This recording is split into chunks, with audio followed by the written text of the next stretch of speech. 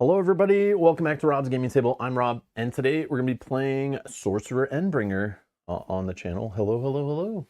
I don't know why I'm so huge. Just so huge, bro.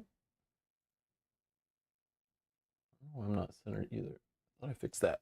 Thought I fixed it. Hello, we're playing solo mode today. If you haven't already watched, we played this game on the channel before. We've played the Endbringer expansion. We've played multiplayer. Links are in the video description. Check the playlist. You can also find us playing the base game, Sorcerer, which is required to play this. I don't know if I ever played that solo. I don't think so. So this is the first time playing it solo on the channel. I've played this solo off stream a few times. But yeah, I played it a couple times yesterday too. Playing with Endbringer.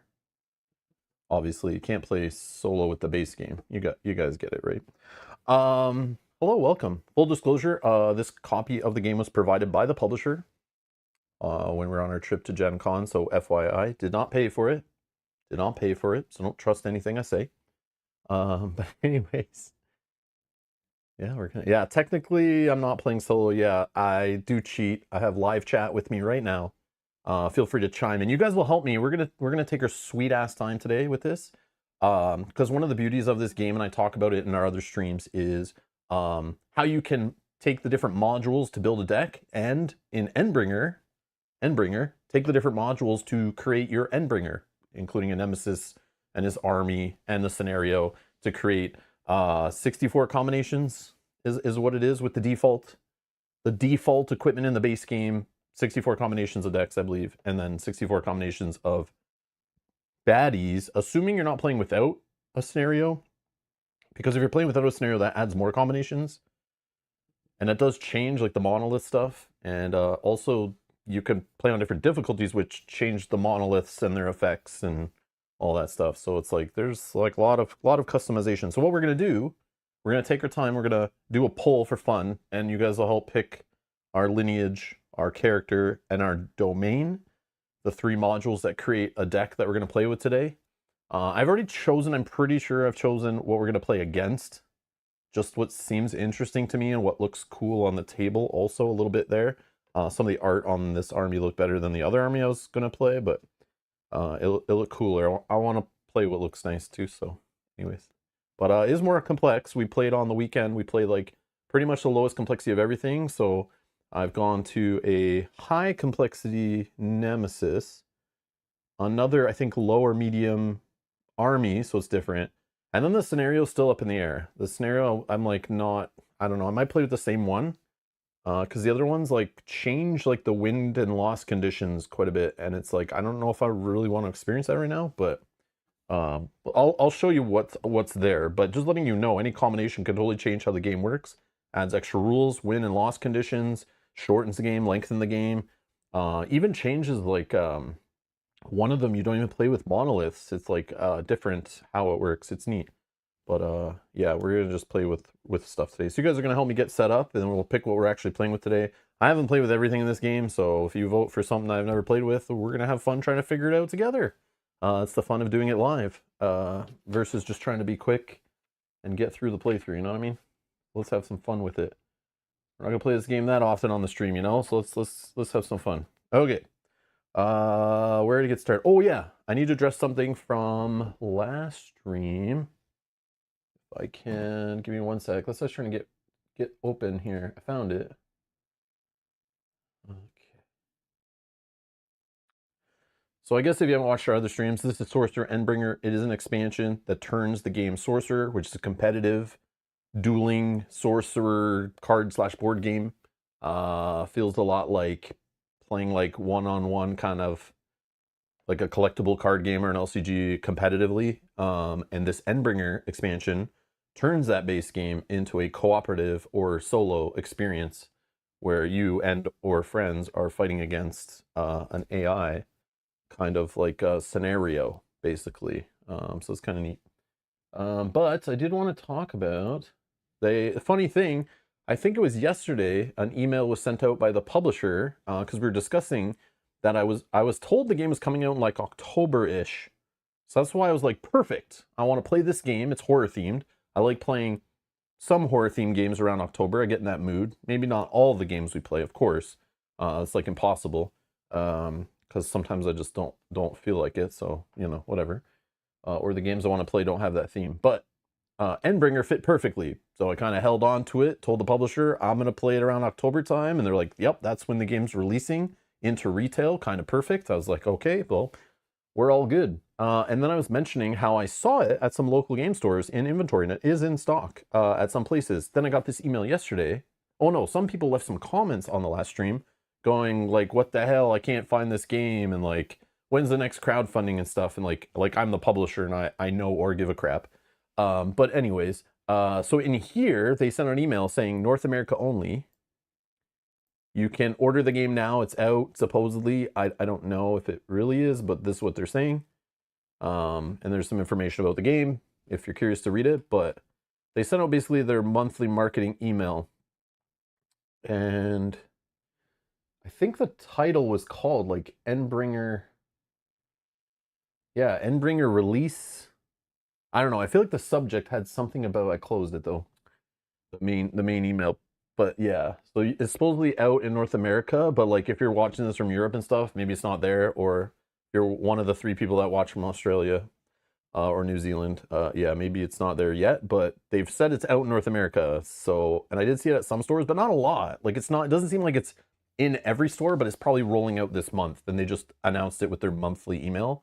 So it could be a week or 2 until it starts like getting in every store. But just some people are asking, and that's the latest I have. Like, you know, the same that you would get if you were on their email list. It's just their marketing monthly email. There you go. Thought I'd share that information. You do you. Just check with your local game store. Maybe they didn't even order the game. Maybe they're like, I don't order that stuff. And you have to go in and ask them for it. Because that's what happens with small ma and pa shops. They can't stock everything. They don't need games collecting dust on their shelves. They're not sure people want. So go in there and tell them to order stuff for you that you want. And support them that way. Okay. It's not even listed in Australia that I can see. Oh, okay. Yeah. Yeah, maybe it's like North America only right now. I don't know the window for when it comes out anywhere else. You email the publisher. That's not my job, and I don't know. Too many games. Too many games to keep track of all what's available when. I just here to play them live on the YouTubes and have fun. Thanks for your support.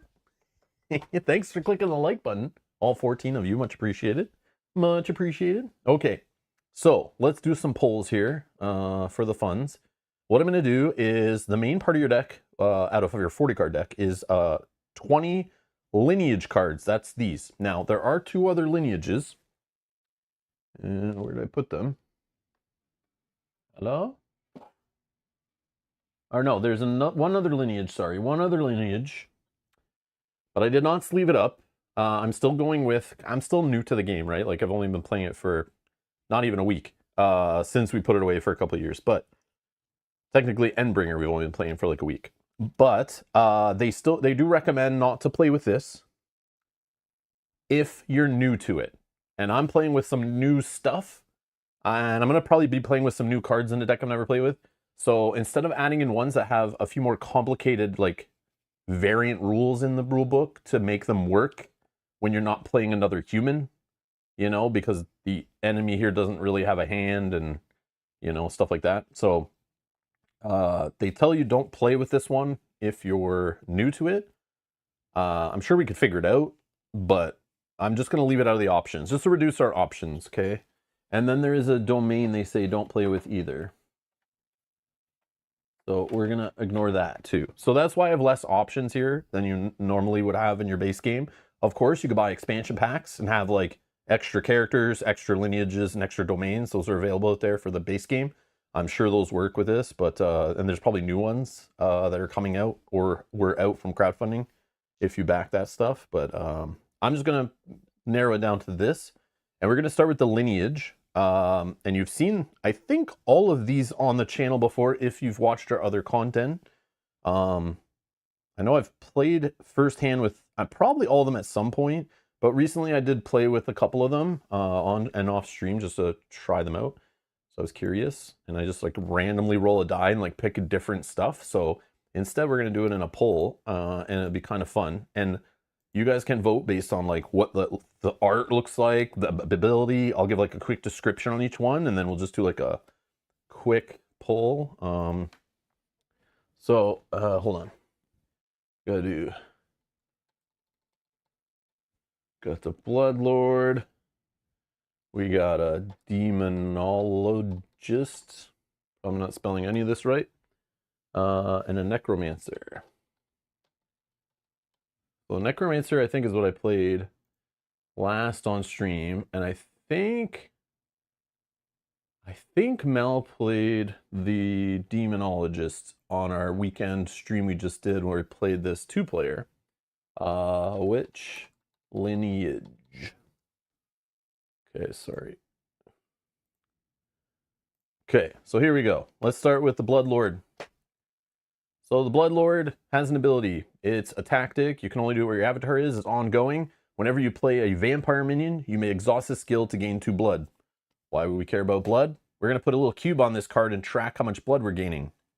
Then we can spend the blood during an attack with a vampire minion to add +2 attack. And you just kind of move the little cube up and down on here to track the blood. You know, and then the blood can be spent as actions during like the action phase to do different things. I'm pretty sure I played with this on stream before, but I have played with this before for sure. So that's kind of how this works. So it's basically like, you know, we're dealing with vampires, okay? If you want to see vampires, we play with vampires, okay? Or the Demonologist. This guy, surprise, brings in demons, has an ongoing ability that you can use where your avatar is. Whenever you play a demon minion, you may exhaust this skill card to put 2 flame counters on a non-legend enemy minion. So this deck is all about flame counters, which is kind of like slow burn. You place these flame counters on enemies. Doesn't kill them right away usually, unless you're playing some sorcery effects that will amplify it and speed things up. Otherwise, at the end of a round, you'll put damage on every minion you put a flame counter on to slowly burn them to death, basically. Okay? And that's what I think Mel was playing with on stream last. I won't make any comments.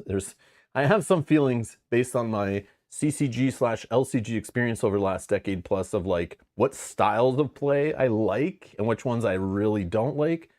But I still have fun with everything I played in this game. But there's just some where I'm like, oh, I hate that play style, you know? But again, it changes it up based on which character and thing you mix, domain you mix in, right? Might give you some extra bump, cover a weakness, amplify your strengths. So Necromancer here is about raising the dead, playing stuff out of your discard pile. This is what I played on stream on the weekend, I'm pretty sure. Whenever you play a zombie minion from your graveyard, you may exhaust this skill to weaken a non-legend minion twice. So basically, vote on the poll. Do you want to see vampires, demons who want to burn things, or you want to see zombies raising from the dead? Okay, and spiders are not in the poll if you have the game and you're like, where are the spiders, man? No spiders.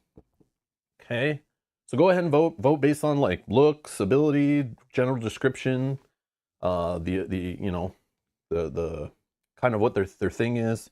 So this gun's gaining blood and spending blood off that blood card, burning guys with flame tokens, and playing things out of your discard pile. Or your graveyard, sorry. Graveyard. Rise from your grave. Hello, everybody. Hello, welcome. Okay, while that poll's going on, I'm going to just check some of the stuff I didn't read in chat here. And ignore who I feel like I want to ignore. I'm just kidding. It's just...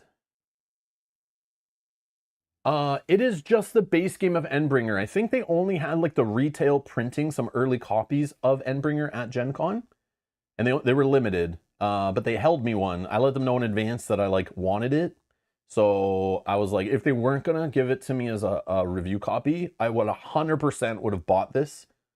But again, like things that are limited at Gen Con, I can only get to so many booths and run around before things are like gone and lineups get too big and I run out of time or I just lose interest.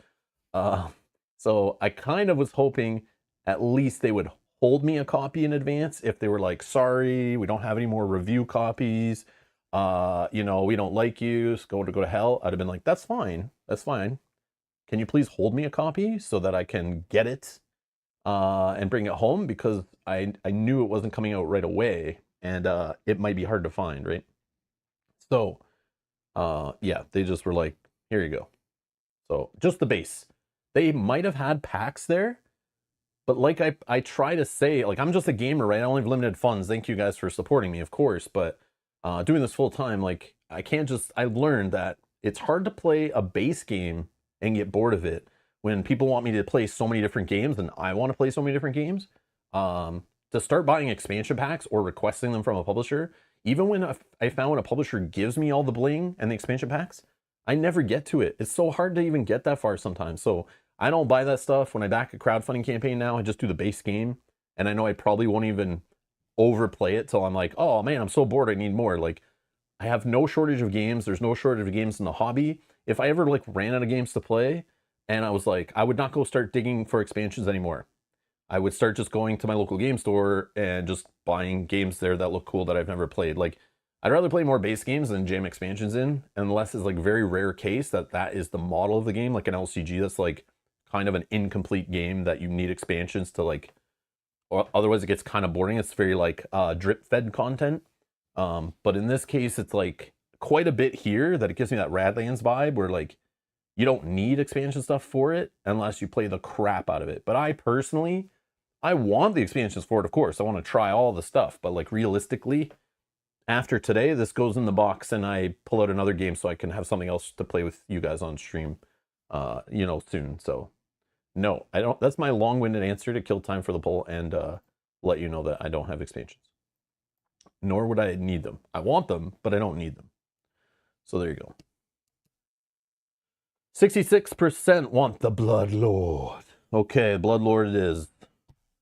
Blood Lord. Okay, these guys gone. Get out. I'll just throw this stuff off to the side somewhere here. All right. Now that we know we're playing vampires, we need to do another. This is going to take 3 polls, guys, so buckle in. Go grab your drinks and whatever you need to do. Skip ahead if you're watching later and you don't care. You just want to see gameplay. But yeah, okay. So let's do our character next. Okay. I'm going to put the poll in first. I need to see the names, though. They're weird names. I don't know them. Is Zelda? Oh, whoops.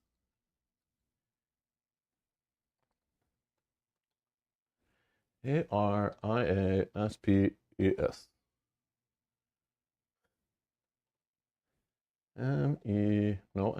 Miselda.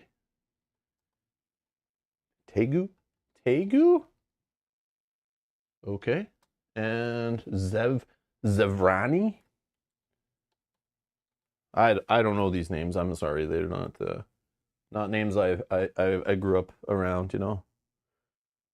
Okay, I'm gonna put the poll in, and then we'll kind of look at them again. Okay, or look at them for the first time. So this adds 10 cards to your deck. That kind of adds a new synergy. It might work well with what we have. So Araspes, I'm so sorry. As an action, exhaust this skill card to search your grimoire, which is your deck, for a non-curse attachment, and play it with its cost lowered by 1. So I have a feeling this guy's probably focused on upgrades. Is maybe what it's, yeah, I see. It is adding quite a few upgrades. And some minions. But yeah, I don't know. It's 10 cards. Like, you guys can vote based on that, what it looks like, whatever you want. I know this one.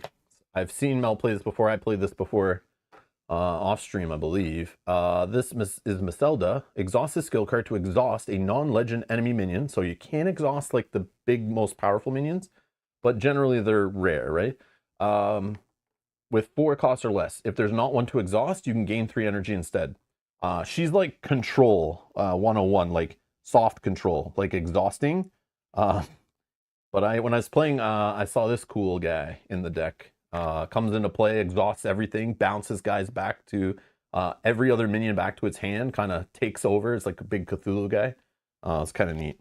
But yeah, this is all about like exhausting. So like kind of preventing and stalling the minions from attacking you back. not so much getting rid of them, but more just like putting them to sleep temporarily while you kind of do other things. And Tigu. Action. Exhaust this skill card to play a minion from your hand, paying its cost, then draw 2 cards. Okay, I don't know what this guy's deal is. I think Mel played this one. Oh yeah, this I remember seeing this. Weaken it 1 or more times. What does this do? I don't know.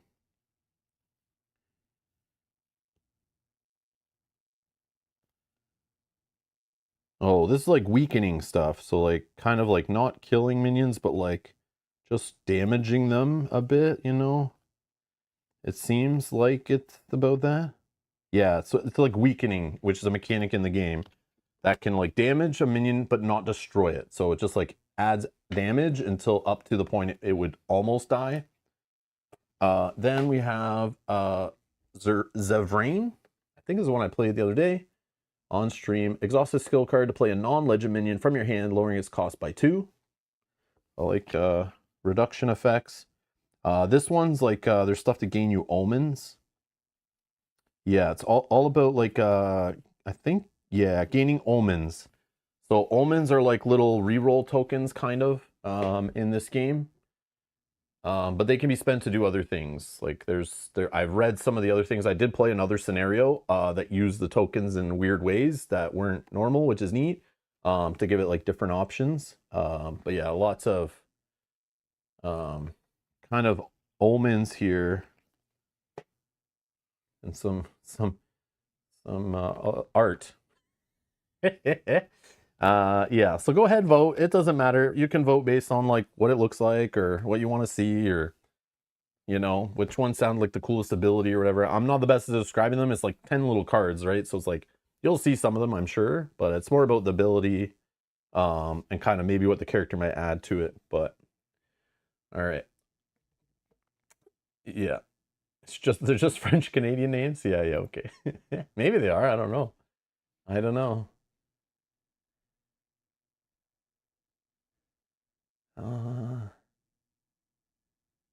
All right, I'm closing the poll. Thank you all for voting. I appreciate it.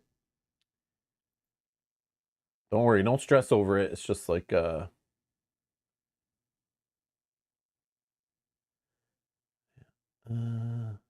just having some fun. All right, 41% want Maselda. Okay. All right. All right, we'll put, so we got kind of like soft control and some vampires. Okay, and these guys gone. And then we have, again, normally 4 domains, but we're leaving the one out that they say that has like special rules to make it work, you know? Because I don't feel like also trying to keep track of those. I'm trying to keep track of a new Nemesis and new, basically new army to face against that change up the game a bit. All right, so let's go with which domain? So we have the Haunted Forest. What else we got? Outcast. The Outcast Sanctuary. Oh, whoops. I put the poll, hold on. Ending the poll. Ending the poll. I hit the button too early. Which domain?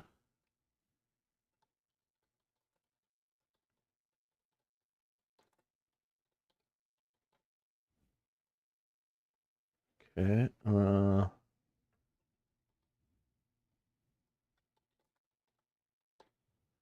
Human Coast. Okay. All right. Poll is in. Let's look. So we have the Haunted Forest. This one has a tactic. You may exhaust a skill card to gain an omen.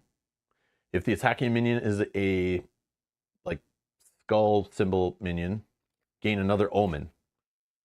So yeah, this one I think Mel was playing with on stream last. You may destroy a non-legend minion with attack 3 or less when it's destroyed. Okay, so when played, you may weaken a non-legend enemy any number of times. You already saw that guy. Stray Sinner. When played, search the top 7 cards of your grimoire for a minion, reveal it, add it to your hand. Other minions' text boxes are blank. This ability cannot be blanked. Oh, weird. It's obviously a one of. Yeah, it's like a one of in the whole deck. This is a legend. So they usually have like super powerful effects, of course.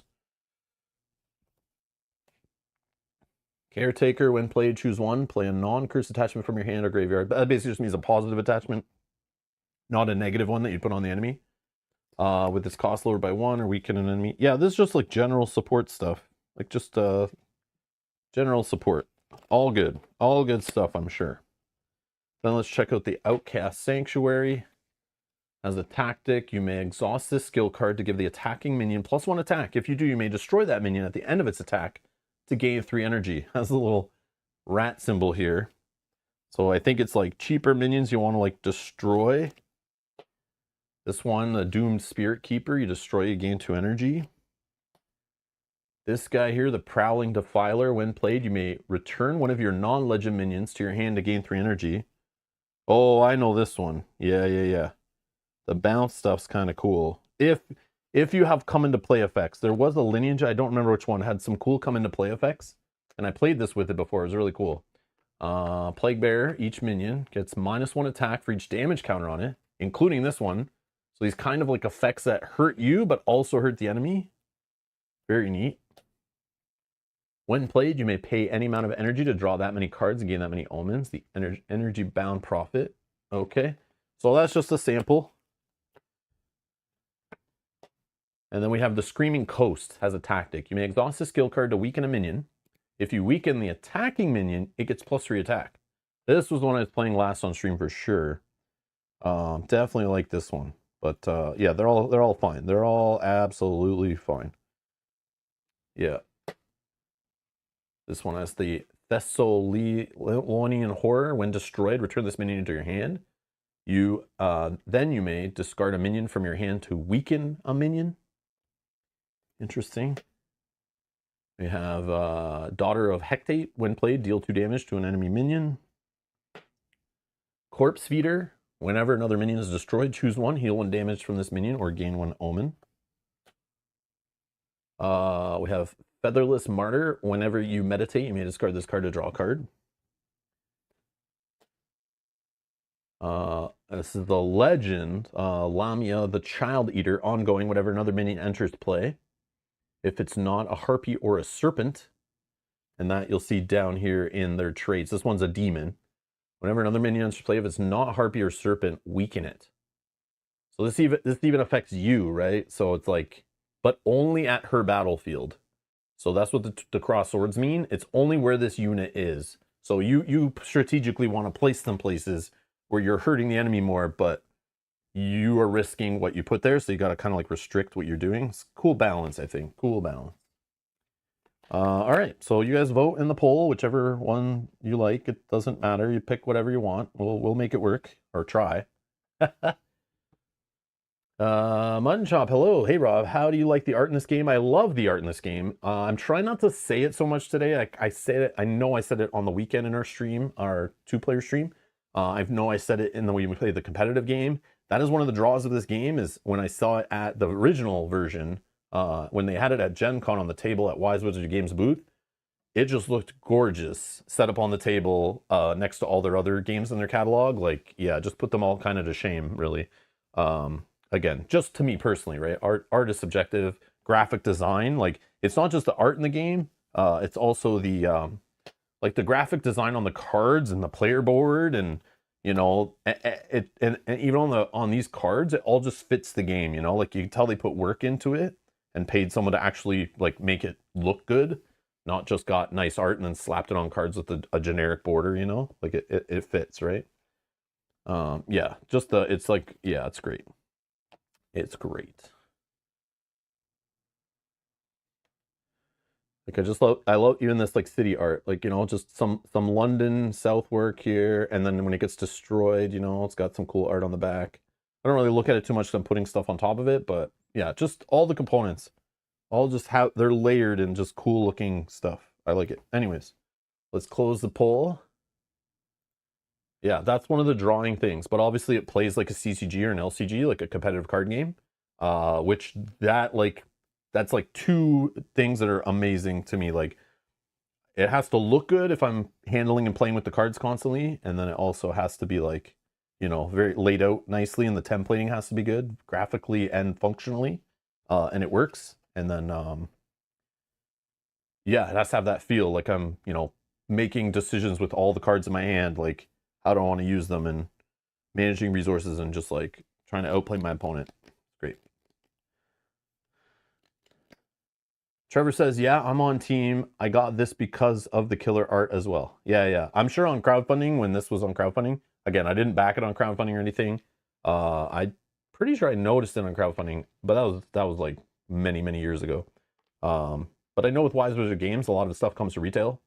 So I like to support my local game stores when I can. And I'm definitely down with going there and buying it there, even if I have to miss out on like Kickstarter upgrades and additional add-on packs and exclusives. Like not gonna, I don't, there's not many games where like missing a handful of promo cards changes the game enough that makes it, you know, not good or anything. So there are some rare cases where Kickstarter exclusives literally change the game completely and are required to make the game decent.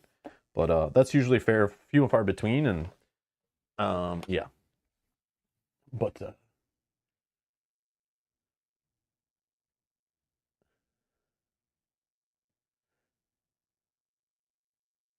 Game of Thrones LCG. Watching the old Game of Thrones LCG videos on the channel last night. Oh man, I'm sure that's a rarity. I have not looked at the stats on those videos in a long time, but yeah, I'm sure it's rare for people to watch. I do see every now and then on Twitch, will pop up where like there's some like European Game of Thrones LCG tournaments still going on. I'm sure there's a fan community still supporting the game. There is for like every collectible game like that, but yeah, definitely haven't pulled that game out since I dropped it and ran. When the writing was on the wall, that I just had this feeling when I watched the player base die out. I was like, yeah, this game's not going to be supported. No one's showing up in my local game stores. Time to move on. Time to move on. But yeah, awesome game. I do miss that game. Okay, so the poll says 34% Screaming Coast or Haunted Forest. Uh-oh. Outcast Sanctuary is out. All right. So in that case, since there was a tie, let's just roll a die. Odds, evens. It's odd.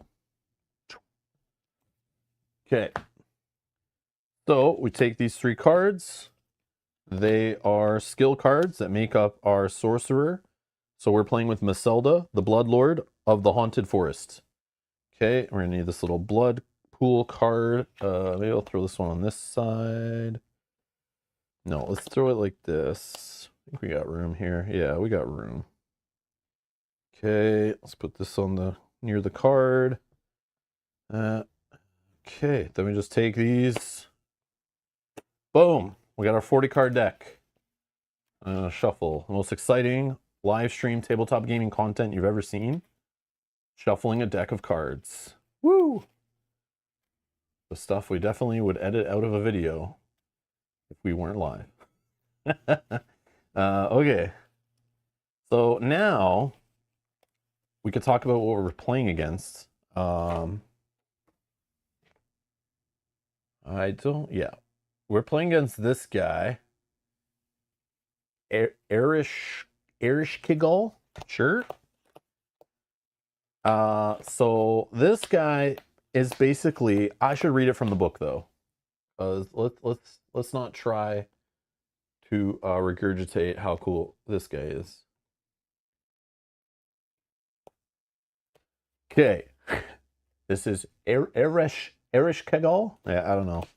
I'm sorry. Was banished to the Nether Realm. That's where they have the Mortal Kombat tournament, I'm pretty sure. But there, her power only grew. Oh, it's a female. Okay. Oh, a little, okay. She conquered its 7 gates and ruled over it for millennia with her court of 7 judges. Through endless rituals, her earthly worshippers, have ended her banishment. Now the queen of the Netherrealm seeks to open the 7 gates and drag the mortal realm into her hellscape. Yeah, we're basically playing Mortal Kombat. This is like the story of Mortal Kombat, right? I think this is one of Shao Kahn's ex-wives. Yeah. It's not Sindel, but I think it was before that. But anyways, let's see here. Erish Kigal and her followers work tirelessly to open 7 gates to the Netherrealm. As each gate opens, she becomes more powerful. You must stop her before she opens the final gate and seals your doom. Okay, and it has some exclusive setup here when you're playing against her. You put some boon counters in play, and we'll see what boon counters do. We shuffle the gate tiles. We attach the top gate face down to the card, and I'll show you that when we get back to the table. We need a cultist to start the ritual chamber area, which is a separate area on the table where cultists will come out of her deck and they basically try to open gates, and you got to keep them under control. They don't attack you or anything, but they do have a health, and you can assign crits to them. And there's a whole bunch in the deck. And they're annoying because they are like these cards that don't have all the abilities on them. So when you draw one for a tactic or a critical hit, they just strengthen the cultists that are already in play and then like go away. So when you're doing a critical on a monolith, you want to flip a card and usually get a cool effect. But when a cultist comes out, they just strengthen the cultists, make them harder to kill. It's so frustrating. So we have the gate tiles. They have a 0 through 5 on them. They start at 0. Every time you're told to advance the gate, like when you see a cultist come into play, this one right here, it just ticks the gate up 1. Sometimes there are effects I've seen that based on all the cultists in the ritual chamber, you will advance for each one of them, or advance for each of their boon counters they have on them, or like advance for each open gate that's already open. But basically, once you tick it around all the way back to the 0, it'll open the gate, goes to the leftmost battlefield without a gate, and brings in like an ongoing effect that could make your minions cost more to play, could make your minions attack weaker. What else have I seen? I played this a couple times yesterday just to try it out. And yeah, basically, that's how it works. And the boon counters, when they go on a cultist, they're basically like, they're kind of like a shield. So when you're told to add boon counters, you will add it to the cultist with the least boon counters that's in the ritual chamber. And I'll show you that here, but they get +1 health basically. So when you're damaging them, you pick which cultist you want to damage. But if they have boon counters, you have to remove those first with each hit you're doing. And the only way you can hit a cultist that I know of could be off of critical effects, off of some of the Nemesis cards, or by spending crits that you get on your dice to, instead of hit a minion at the battlefield, or instead of hit the monolith that you need to win, you have to destroy the monolith to win. But you might need to redirect the crits towards the cultists to keep them under control. So we got more to manage here. This is why this is the higher complexity. Literally, I think it's this one's high complexity. So I skipped over the medium complexity. There's like a medium complexity one. I have not played it, but last episode we played the low complexity Erlich Khan. There's the medium complexity one. And then I was like, no, this guy opening gates sounds right up our alley based on some other games we played. So I think it's kind of fun having cultists opening gates, like, you know, every Arkham horror themed game we've ever played has one of these scenarios. But and then it just shows you here like to have the separate area for the ritual chamber. And I think that's it. There is one thing that I must remember, and I don't think it's written anywhere in play on any Nemesis or anything, is this in bold. Whenever the Nemesis deck runs out of cards, okay, it will, I'm sure, unless we die too soon. Advance the gates once for each boon counter on it. And when you advance a gate and it opens, if there's any advance the gate left, it carries over to the next gate. So if you're told to advance the gate like 3 times, and the current gate just needs 1 more advance and it opens, you open it, then you put a new gate there, and then tick it forward 2 notches basically. I think that's it. So that is considered high complexity. That's how it's different. So a few things, if you watch last episode, there is no spending. There is no more spending. Remember we were spending, those were here. We were spending omen tokens to cancel ongoing effects that the Nemesis had in play. There are no more ongoing effects like that because now it's using this whole ritual area of cultists. We start with one in play. So that's a whole different thing, right? So it's weird because that's the way like I learned Endbringer was that, but like throw that out the window. That is now no longer an option. So omen tokens right now are a way when they use a tactic, we can spend them to draw a different tactic, or we can use it to re-roll a single die on our side.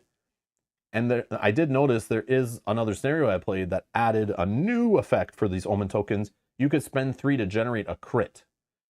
Now that was great, a super awesome positive, but the negatives of that scenario literally crushed my face when I was playing it. So I don't think I want to play with that scenario. So we might just play with the basic one we played with before. And I'll show you why in a second. Basically for stream length. I hope we can play like a full game without like losing in round 3. Because some of these scenarios end it after like round 3 with like a win or a loss. By changing conditions and stuff, and I don't want that. This one goes to round 6 before we lose, so it gives us more time to maybe see more of the gates open up, you know. So it just might make it more interesting, but it should be all, the difficulty should be all the same. Yeah. All right, and you guys obviously it'll make sense when we're playing through the whole thing here, but so we got to shuffle up these gates so they have abilities on the back. I just put this little arrow here to kind of like, since this guy's card, or her card, has this little arrow thing on the top, and I like to put it on this tray, I can't really put this on the card, you know, so I'll just put it beside her, so this arrow here would be the arrow that's on the top. So right now it's set on 0, and every time we advance it, we just tick it forward, okay? And whatever it's pointing down is where we're at, okay? That makes sense. We got to try to prevent those gates from opening where we can. Whoops. Don't worry, I did not read that paragraph of text on the back, and nor do I know what it does. Nor is it going to change. I still don't want the gate to open no matter what. But there are some that I've not seen, so it should surprise me some things that are happening, because I haven't seen everything in this scenario at all. Ongoing, whenever you advance the gate, rotate the tile, da-da-da. I think, yeah. And when the 7th gate opens, we automatically lose the game. So there's another loss condition. Okay. And there's our first cultist. And let's figure out where this guy's going. He's going between battlefield center and right. Now, there are some things here we need to decide. Okay, so I'm definitely playing with this army. It is the next one in complexity, I believe, but I still think it's considered low complexity. But it does have some additional stuff. So they get omen tokens on them, and based on omen tokens on these guys, they're demons with high health, but low attack to start with. And what happens is they gain omen tokens through abilities or effects, or come into play effects, or end of round effects and stuff. And then if they have a tactic, which it means if they're at the same location as the Nemesis, so if they're at the, and the Nemesis is at 2 locations, 2 battlefields. Okay, right now it's at the center and the right, not at this one. But if there's a demon, one of these demon minions or whatever the Hellraiser's bringing into play, you will, it could have it flip those omens over to do some crazy effect, but when they flip over, they're damage on the other side. You know, it's just the regular tokens, but they will give it additional effects, and like it's kind of nutty. So this blue one, you flip all omen tokens on the attacking minion, and it gets +2 attack for each counter flip this way. I had one where like it happened, and you can flip this counter once per round, your fate counter, to cancel a tactic completely. But remember, we might need to use omen tokens. If we don't like one of these tactics, we might need to spend an omen token on our board to draw the next card. The only problem is, as you saw, if we're drawing through this deck faster, that means he's punishing us for boon counters on our rituals, and that will advance gates faster.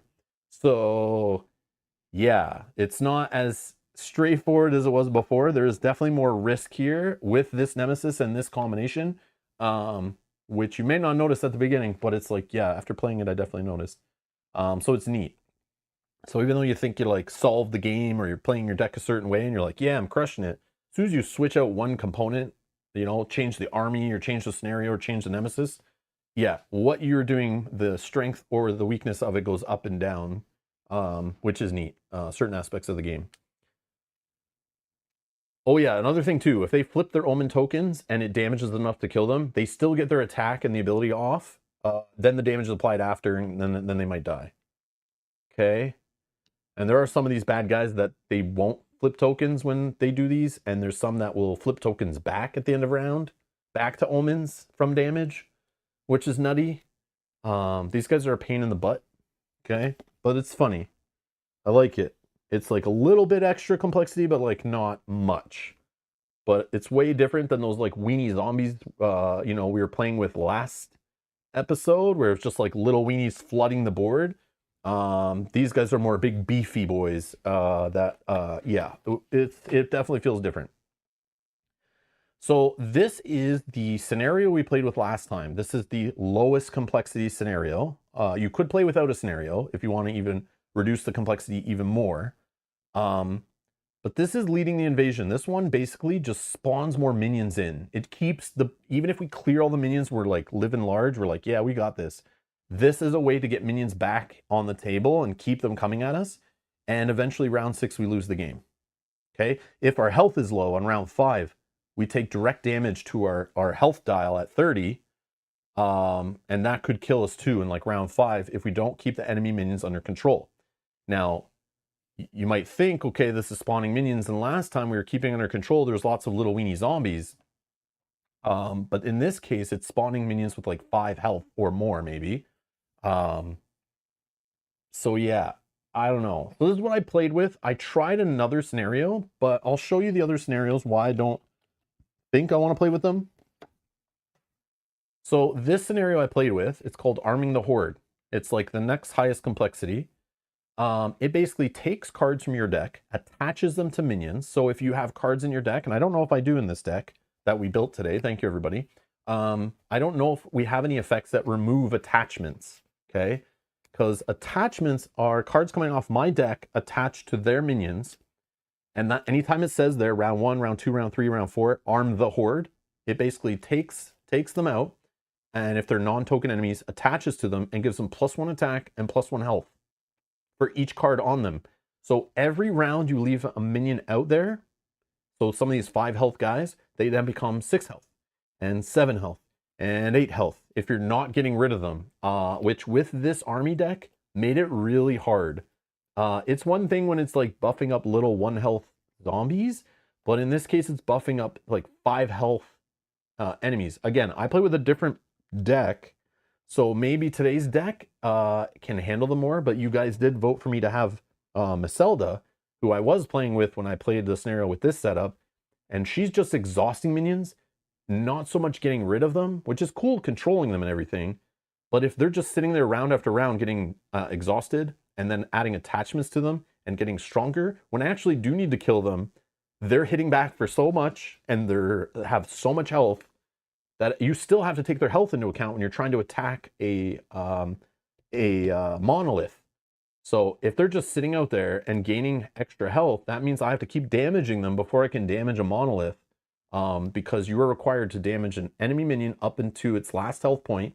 If there's ones available, then you can attack the monolith. Once the monolith is destroyed, then you can actually finish off the minions, unless you have criticals that can override that, or effects that let you deal direct damage, right? And this ends on round 5. Okay, so what I noticed is it kind of circumvents like the gates. If we're keeping the gates under control, we'll eventually kind of like have trouble getting to this round 5. I like this one, it ends on round 6. We can play without one and it ends whenever we lose, right? From this win condition. But I want to see some of these gates come into play, and if we have them under control early game, we're going to lose to this, not this. I'd rather this be like our kind of what we're worried about, right? Or our own health, you know? So adding an extra loss condition that's earlier wasn't really the best, but I can see how this can change it up and make it more challenging or different depending on the army you're playing with. So this is still awesome to be in the box.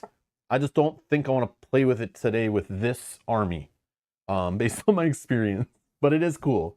So just letting you guys know that one. Okay. The other ones here is really neat. This is the one I was going to play with because it's about preparing a dark ritual, which I thought was cool. We're playing with this monster who's like has cultists trying to open gates. okay? Summoning, preparing a dark ritual, all goes together theme-wise, right? But the only problem with this one, it ends at round 4 if we don't win. And it's a little random and weird. I like it. I like the idea of it. Just on stream, I don't want to shorten it down. I mean, we might win in round 3. We don't know, right? But this adds, kind of shortens the length of it. Basically, it's going to, any minions you have in play, it kind of like clears them out and puts them in a like a ritual pile or like sacrificing them. So it basically puts pressure on you to really destroy minions and keep the board clear. Otherwise, they'll put them into a pile, and we're playing solo, so once there's 8 enemies in that pile, we lose. Or if we get to round 4, we lose. Okay, so it really speeds up the game. But it does add a whole thing where you can like roll a die, I think, and like destroy minions based on a die roll. And you can spend cards to like kill them. So there are ways to kind of like fight it off, but like it's not really what I want to show off today. I want to kind of show off this Nemesis, not shorten the game and that kind of thing. But it is cool. Like I'm just showing you how like different win conditions, different flavor completely change how the game works. Just by putting a different scenario in. And then there's this one. I have not played with this one or really looked at it. Awakening the Scions. Oh, this is the one that takes away monoliths, I think. So at the start of each round, this one's where you're like just trying to survive. So if we can survive till the end of round 3, we win, basically. But it is making... Oh, this is the one I think that... At the start of each round, including the first, spawn a minion into each of the 2 battlefields that the Endbringer avatar's in. So it's spawning extra minions. Like it's really amplifying the game like right from the beginning, including the first round. So it's basically like speeding up the game. And if you can survive to the end of round 3, you win. But you're constantly taking direct damage. Take direct damage equal to 5 times the number of players. Okay, so just 5 straight damage. We're playing solo. It does it again. Like every single round, it's like sucking our health away, throwing tons of minions, more than we can handle. But if we can just hold on, we win in round 3. But there's no monoliths. So we're really only focused on damaging minions, which is kind of cool. So we never have to worry about, do we damage the monolith or do we damage the minion? No, it's just like fighting off waves of enemies and surviving, which is really cool. But again, not what I want to play with this whole Nemesis and the Cultists, and I kind of want it to be longer than that, if it's going to go longer. Like, if we win quickly, that's great. But yeah, I'm just going to play with the same scenario I played with last stream. But we're playing with a new Nemesis, new army. So it should give it a different vibe. But yeah. No, it's all good. It's all good. We're gonna make it work, right? Now, here is the question. We could play on standard difficulty, but I mentioned last stream how there's even more customization.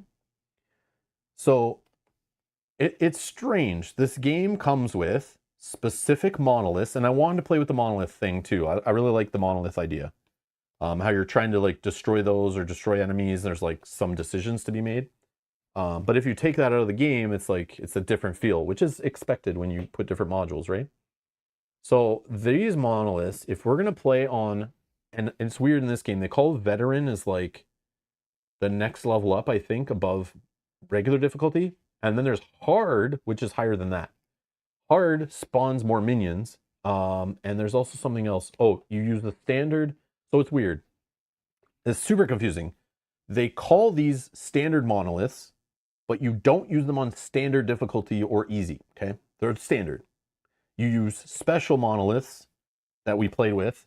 These are what we play with on stream, and they flip up and they give you good effects. So when you destroy a monolith, and we have to destroy 3 of them to win the game, but when you destroy your first and second one, you're going to get some random bonus effect, which is good for you, okay? That's the standard difficulty, which I'll probably play with today.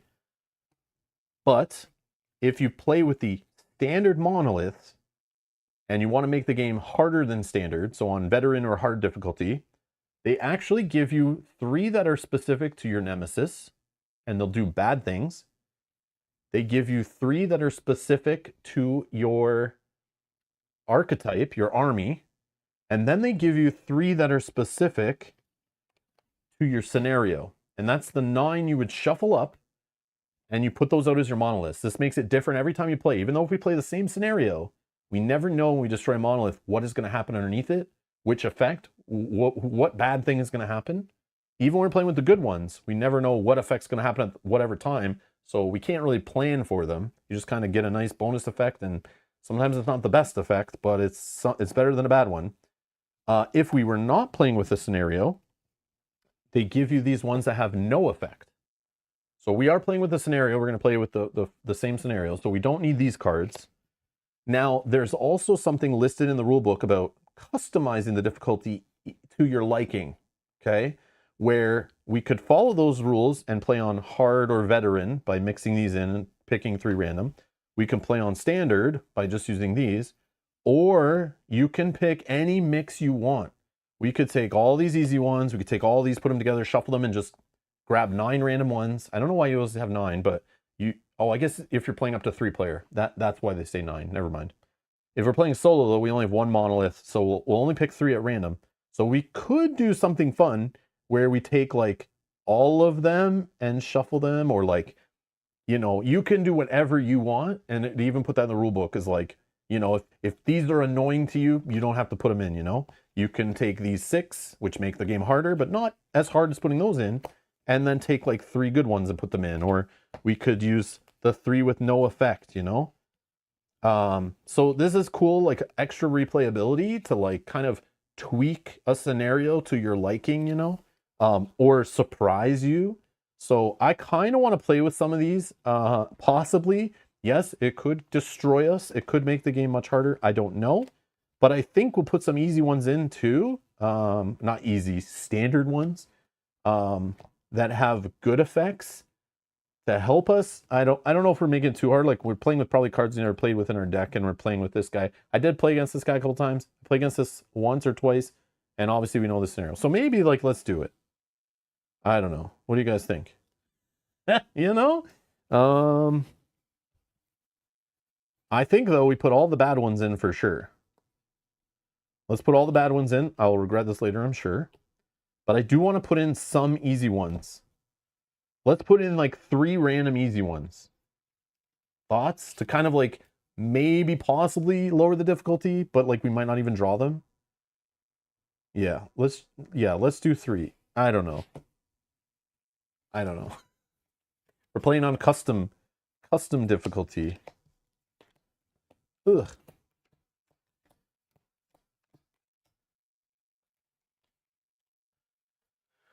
Oh.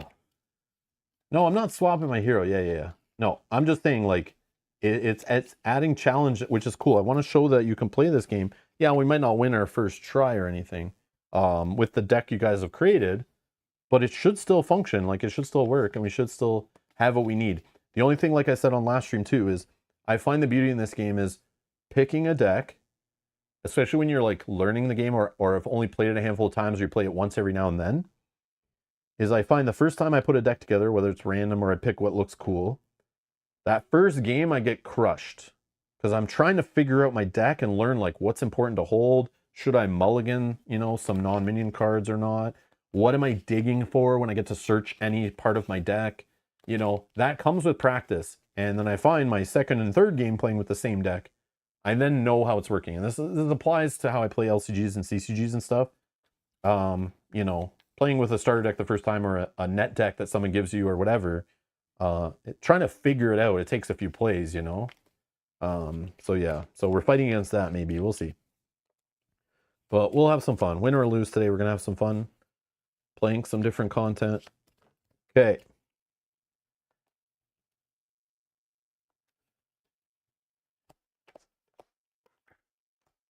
Oh yeah, let's do it. Like, how many do we have here? I don't even know. Trying to make piles of 3, but I don't think that'll work with the number I have, but well, maybe. Yeah, I think we have it. Okay, so I have 4 piles of 3. 1, 2, 3, 4. Oh yeah, we got a thing here. So 1, 2, 3, 4. Oh, I totally missed the top of the thing. 2. So these are our monoliths. Okay, hopefully those are all the easy ones. I wish I had the skill to do that, but it's okay. But it's going to be a surprise. If they're bad, could be the end of us. Okay, so bad dude is here. Again, he would have stands on him that hold him up, or her up, sorry. But yeah, she's just going to go face down on these. She's on these two battlefields. Our avatar, I don't know. We'll put her like here maybe or something. I think there's an order to it, but I think his stuff all gets set up first, actually. So we have the cultist there.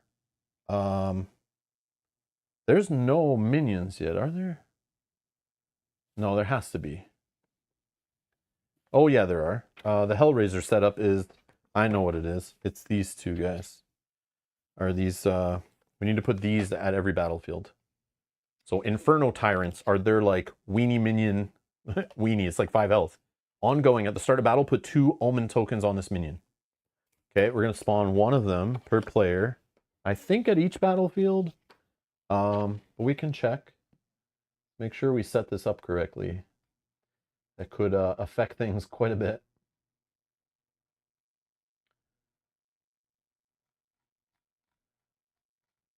Where is this guy?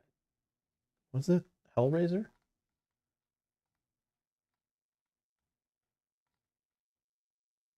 I don't know. I don't think it's in the digital rulebook I have here unless I scroll right by it. Yeah, no, it's not. It must have been added later. Okay. So I have this rulebook, a physical one. Okay. Hellraiser setup. Put 1 Inferno Tyrant per player into each battlefield. Shuffle the remaining Inferno Tyrants into the archetype deck. Okay. And we know about Omen tokens. We talked about that already. And then are there setups for our scenario? No. No additional setups. Okay. We are good. All right. Okay. Oh yeah, we gotta get 1 per player at each battlefield.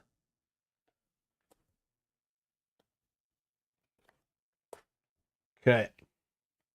Dun dun dun. And this is gonna be our round counter for the scenario. Remember, we lose at the end of round 6. We lose if a 7th gate gets open. And we lose if our health goes to 0.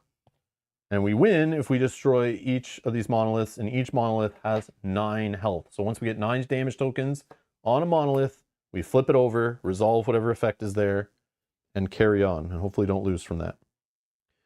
Just want to check out my Bloodlord abilities here. So we have a tactic we can use when we're attacking with a vampire to spend 2 blood to give it +2 attack. We have a 4 blood cost action. Play a vampire minion from your hand with its cost lowered by 2. We have a 6 cost action. Play a non-legend minion from your graveyard with its cost lowered by 3. Ooh, I like that one. And then an 8 blood cost action. Search your grimoire, your deck, for a minion and play it with its cost lowered by 4. Ooh. Oh, we have that big boy. Maybe we can get that big boy out with that. I don't know how often we're getting blood. I don't remember. I'm sure there's sorceries and things that earn us blood. And then a 10 cost one. Play a non-legend minion from your hand without paying its cost. Okay.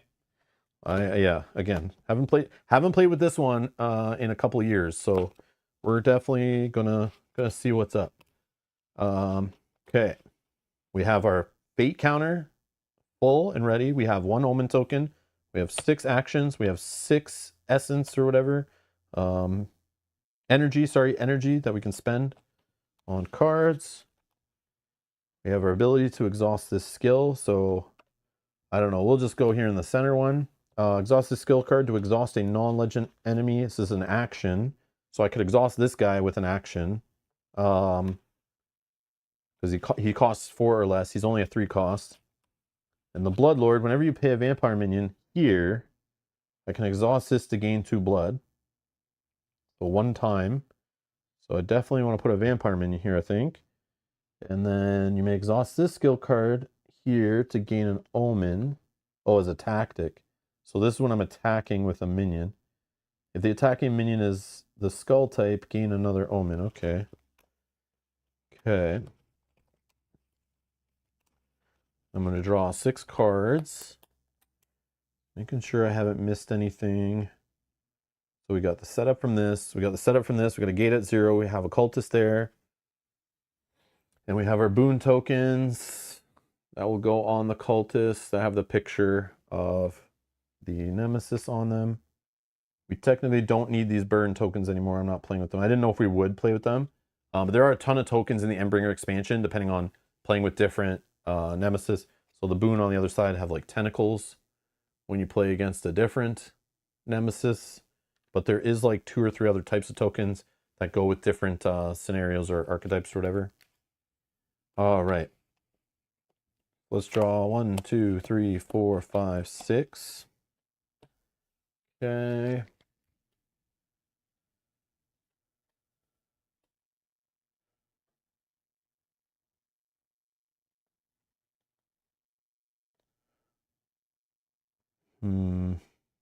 So any non-minion cards, we could mulligan, but we literally have 5 of our 6 starting cards are minions. And then the one non-minion card I actually think I want to keep, right? Gain 4 blood for 1 energy. Heck yeah.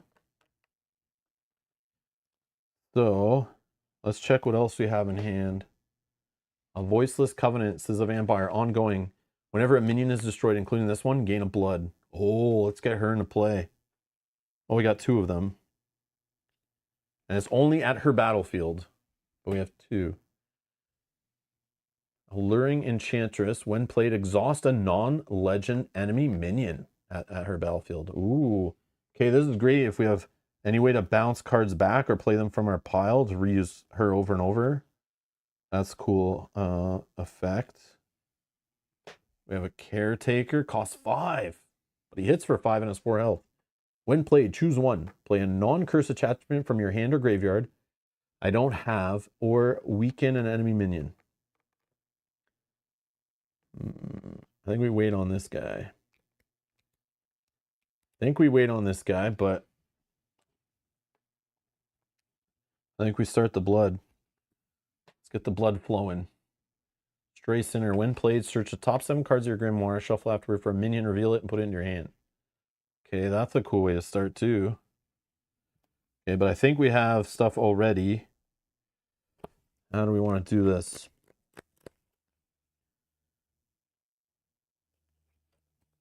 Okay. So since these guys resolve tactic effects, which suck, at the locations where the Nemesis is, I think that's where I apply my control. So let's start putting out a less expensive minion so that if it gets exhausted or something by the Nemesis, it's not so painful. I think. No, actually, let's just start gaining 4 blood. 1 action, 1 essence, gain 4 blood.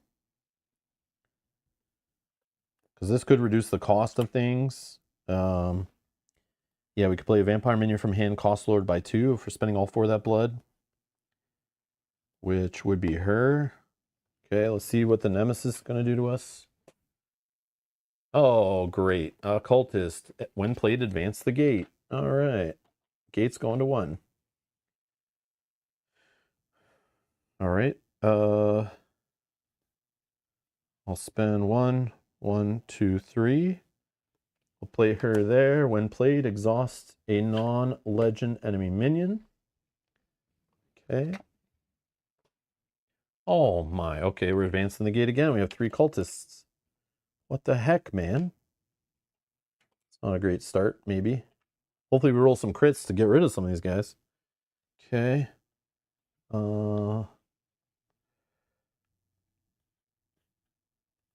Okay, let's spend the 4 blood. 1 action. And 2 essence to play her here. She will gain us an Omen from playing her. And ongoing, whenever a minion's destroyed here, including on that side, we gain 1 blood.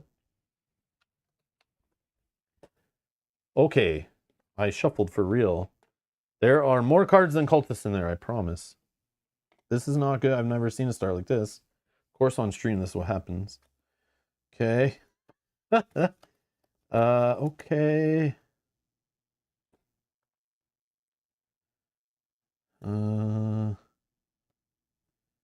Think we need energy. I think we're gonna gain some energy. Yep.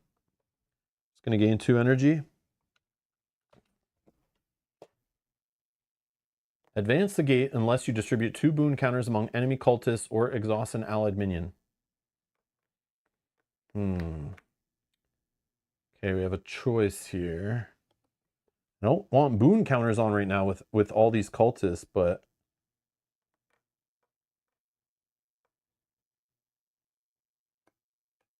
yeah, let's just advance the gate, I think. I don't know. Probably bad, but just too many cultists. I got to clean them up, right? And if I start putting boon counters on them, that's like extra damage I got to get through to get rid of them, you know? And I know it's not going to be your last boon effect, I'm sure.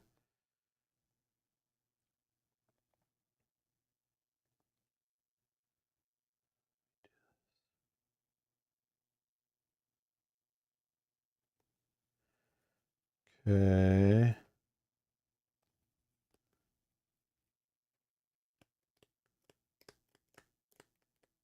Hmm.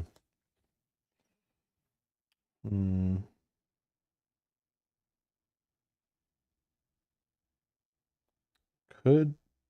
I think I want to do this exhausting effect here.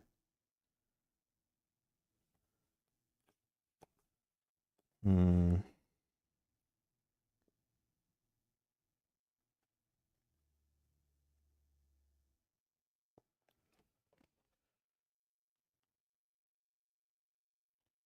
Yeah, let's do 1, spend 2.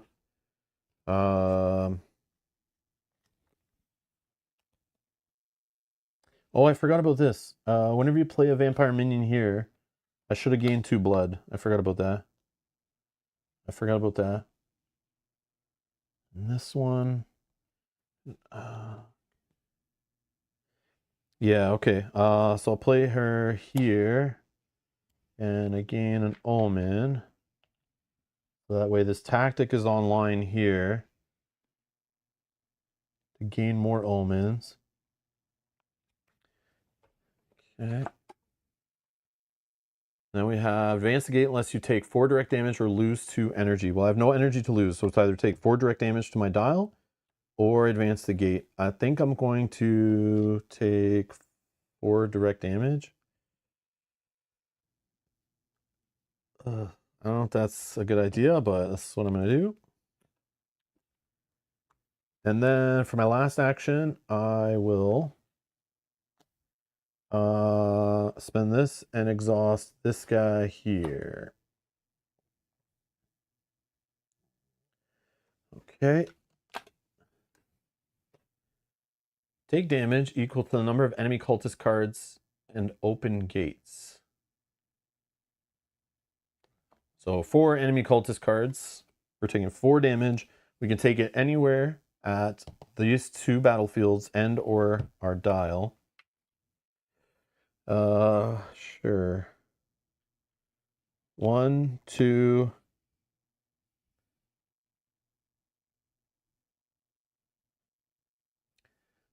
3, 4. All right. Battle time, starting with the left side. Start a battle. This guy's an ongoing ability. He's going to gain 2 omen tokens. He'll then attack for 2. I have no one there to take the damage, so we're going to lose here. Not good. Here, he would attack first, but this guy's exhausted. So let's attack here for 2. Oh, I forgot to do the when played on this. Search the top 7 cards of my grimoire. 6, 7. I don't think it would change anything, but oh man, the big boy's here.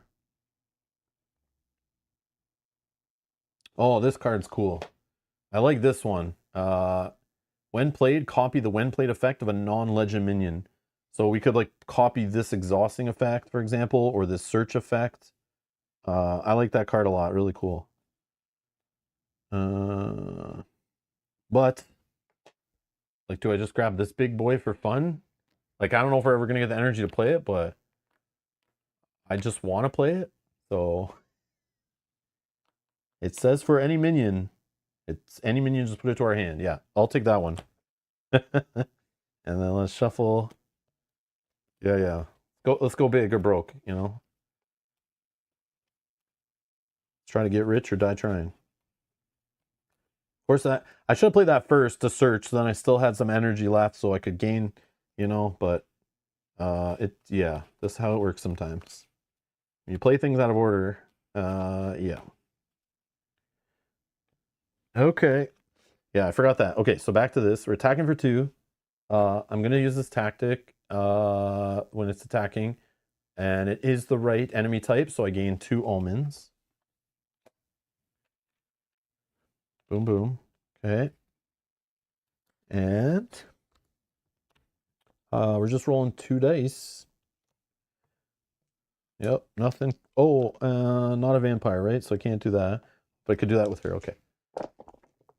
2 damage. So it has to go on this guy. Oh yeah, he should have 2 omen tokens. Because that effect still happens. Okay. And now I'm going to attack for 4. Yeah, let's spend the 2 blood and we'll attack for 6 actually. Because she's a vampire. Oh, 3 criticals. Heck yeah. 1, 2, 3. I don't know if that's the right choice, or whether I should be trying to damage stuff. But I get to apply 1, 2, 3, 4 more damage. 2 of it has to go on this guy to put him 1 health away. And you have to assign crits first, so it's too bad I couldn't crit to get this guy out of here. But then I'll put 2 damage on the monolith. Very nice. Very nice. Yeah, sucks can't really get rid of enemy. I wish I got a crit. Like, I wish I had enough damage on him and then crit. I should attack with this one first. But it's, yeah, my bad. I could try to reroll, but it's then I'm not going to have enough crits, so it's fine. And then here we attack for 3. Oh, we lost the die. Oh man, that's a sucky roll. You know what? We'll flip this to reroll the whole thing. Oh, that's better. 5 damage. Yeah. So 4 will go on this guy. And 1 will go on the monolith. That's it. End of round. No end of round effect here on the scenario yet. They'll spawn minions at the end of round 2. I think that's all there. Okay, end of round, or start of round spawning. He's going to spawn 1 enemy here. Oh, it's another one of those Inferno Tyrants. And another Inferno Tyrant. Okay. We refill. We gain another Omen. 6. I could get 4 energy or roll the die. I'm going to roll the die. Let's get crazy. If I can roll like a 6, 7, or 8, man. Oh, we're getting close to this boy. Big guy. 7. Yes. Oops. 7. Yeah. We just need 9 to play this guy. Or some blood to lower the cost, I think. Nope. Oh, they're all non-legend. I see. So we got to pay the full 9 for this guy. Yeah, yeah. Never mind. Vampire discount. From our graveyard discount. Non-legend. Okay. Let's ready up these guys.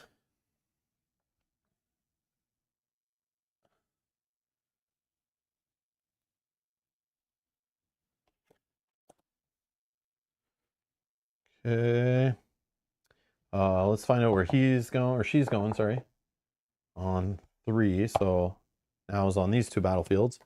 And then we can switch where we are.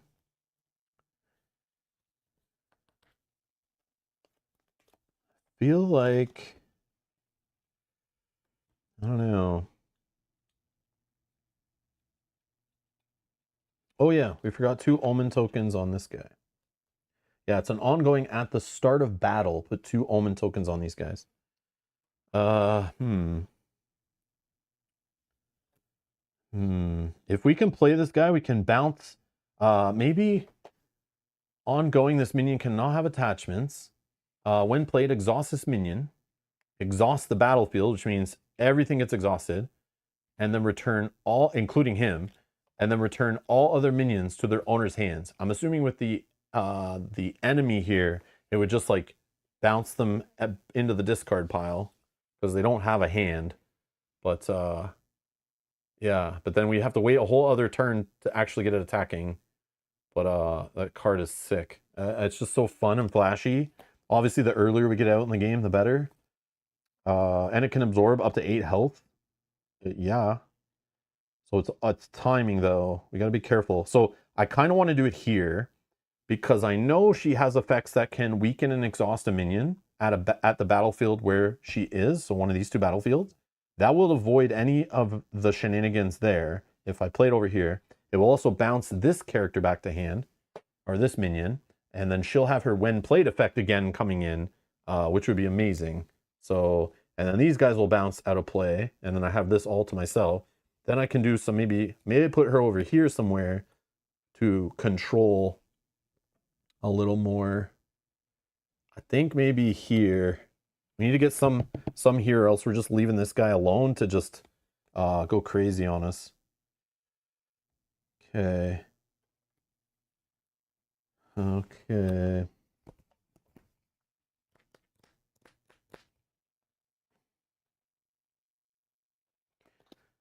So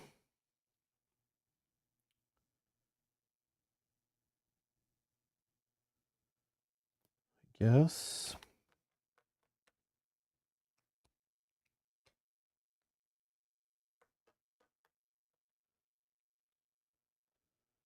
Yeah, let's just gain some energy up to 9. Yeah, let's just do it. Advance the gate. Get the heck out of here. One more advance and that gate's open, which could increase the cost of minions I've seen. Just causes trouble basically. And it will happen here, the leftmost one. All right, let's get him in play. 1, 9. So this guy comes into play. I get an omen, as of course. Exhaust the whole battlefield, and then bounce back to hand. A boom. Love it. Love it. Crazy powerful effect. That's what the legends do, and I love the legend stuff. It's great. Great, great, great. All right. Okay.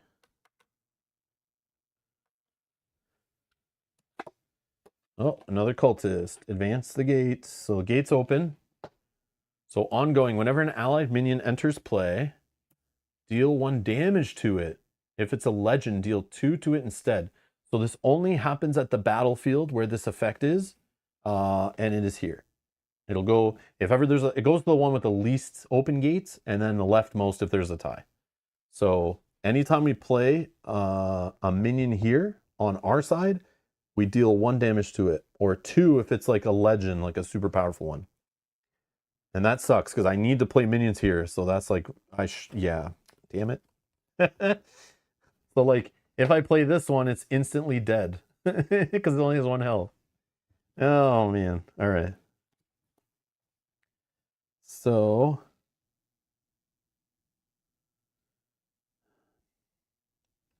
excuse me. Okay, let's I mean we need to gain some energy. We got no money to play anything. So let's just gain 2 energy. Weaken an allied minion and exhaust an allied minion. You may pick the same minion for both. And it has to be at these 2 battlefields. So I'm going to exhaust this minion and weaken this minion. Okay. So let's gain 2 energy. Weaken an allied minion, exhaust an allied minion. Oh man. Okay. So I can't weaken anyone, so I have to exhaust this one. That's not good at all. Wow. Okay, then we'll play this minion. It's a vampire, so we'll gain 2 blood. Okay.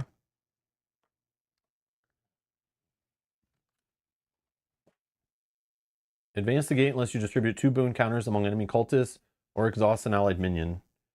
Oh yeah, we forgot to put our next gate. I'll just advance the gate to 1. Yeah. New gate. All right. Last action. Oh yeah, I forgot to spend my energy.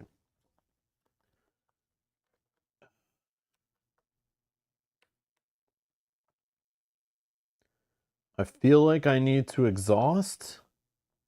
I don't have energy. So yeah, let's do her exhaust effect on this guy. So that we don't need to worry about him so much. Oh yeah, I forgot the damage when the minion enters play, right? Yeah, lots of effects to keep track of. Shouldn't it weaken? Did I not weaken somebody?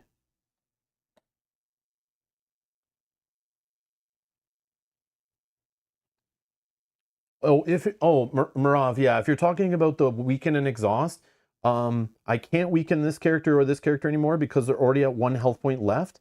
And weakening is not the same as like straight up damaging or whatever. Weakening is like damage, but it never will kill anything. So you can only weaken things up until the point they're 1 health away. So if all my guys were at 1 health and I had a weaken effect happen, I can't apply it anywhere. You just do as much as you can kind of thing. Okay. What else?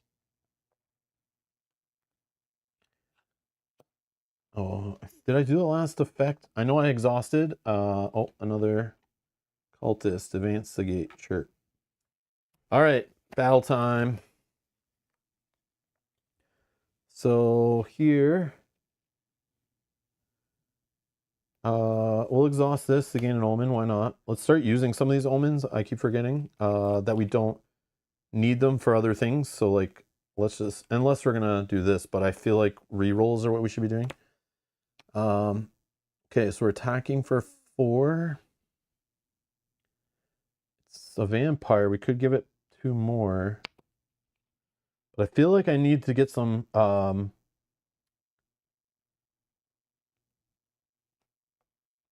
feel like I need to use some of these effects for cost reduction to get more minions in play. So maybe I don't roll extra dice here. I don't know. But I also need to kill stuff, so yeah. I could give this vampire to roll 6 dice. But then also I could use some crits here. Oh, this is tough. Yeah, let's spend the 2 blood. Or I can spend it here. No, I can't because I have nobody to attack. Yeah, let's do it. Let's spend 2 blood.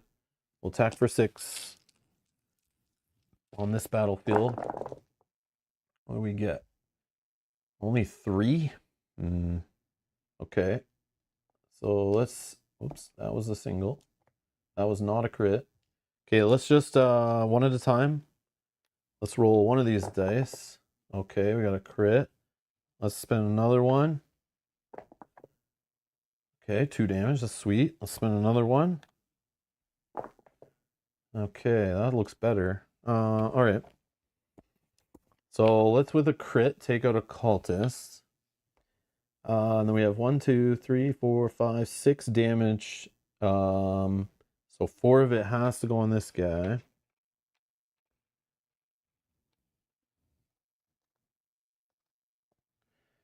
And then 2 will go on the monolith. Ugh. Like a slow grind here. Slow grind. Okay. Here. Oh yeah, we forgot to give 2 tokens, omen tokens. I keep forgetting that ongoing ability on these guys. So these 2 guys at the start of battle are gonna get 2 omen tokens. Okay.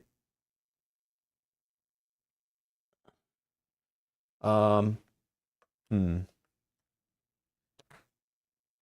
guess we attack with this one first. They're both the same, we can choose. And I have no way of sniping this guy, so like he's 1 health left.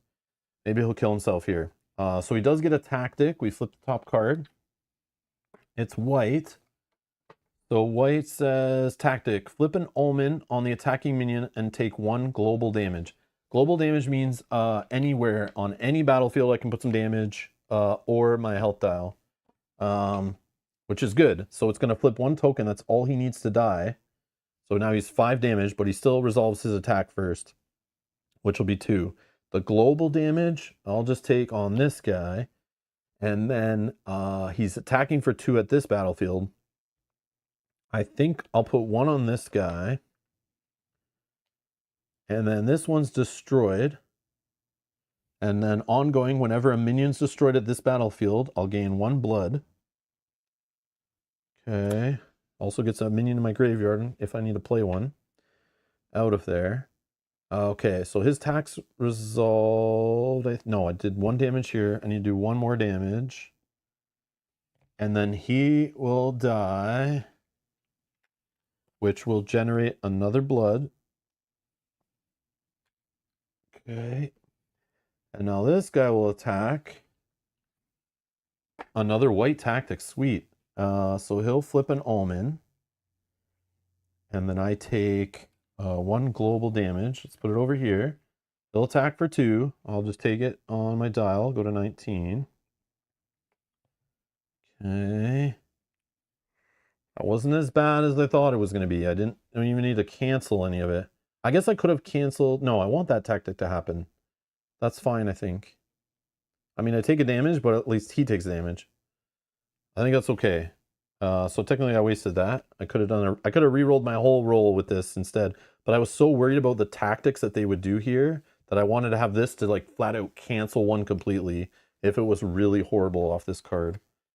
But it wasn't. So end of round, spawn a minion in each battlefield with no enemy minions. Oh, here we go. That's why I picked this, guys. Look at these art. Look at the art on these guys. Lord of Slaughter. When played, put 1 omen token on this minion. Has ongoing at the end of each round. Flip 1 damage counter on each enemy minion at his battlefield, including this one.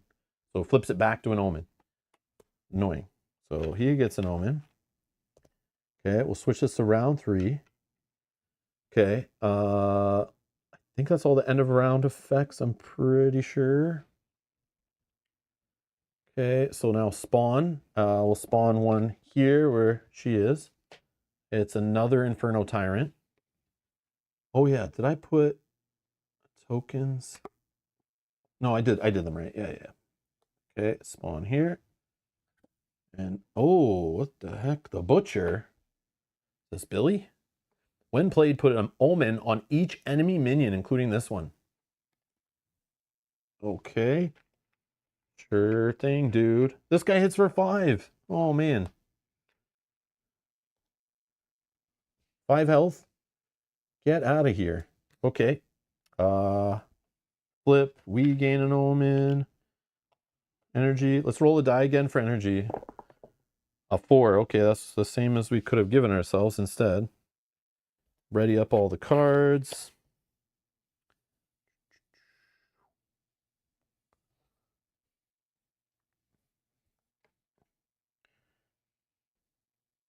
Okay, let's see where the boss man's going. Or boss woman. 8. Jumping over here.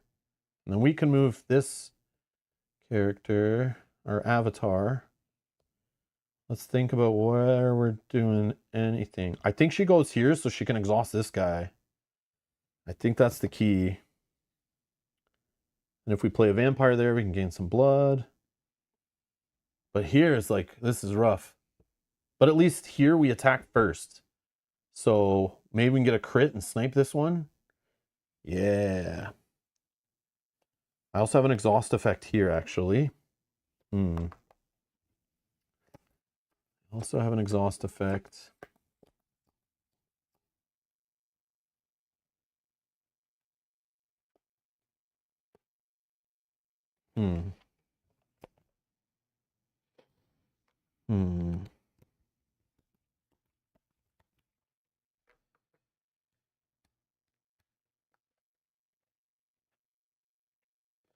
Probably just draw some cards, but I am worried. I am worried about effects at these battlefields where she will weaken and exhaust. Like, I can't have him be exhausted. So I have to make sure I have minions there to take those effects. Yeah. Yep. So how about we start with this for 3. Spend 1. She'll come into play. I'll exhaust this one actually. Maybe I don't need her there. Maybe I don't need her there.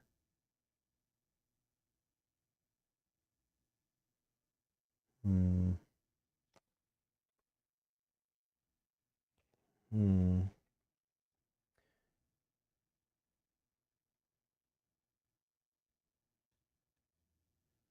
Yeah, maybe we go here instead. I don't know. Sure. Okay. Advance the gate unless you take 4 direct damage or lose 2 energy. Let's just advance the gate.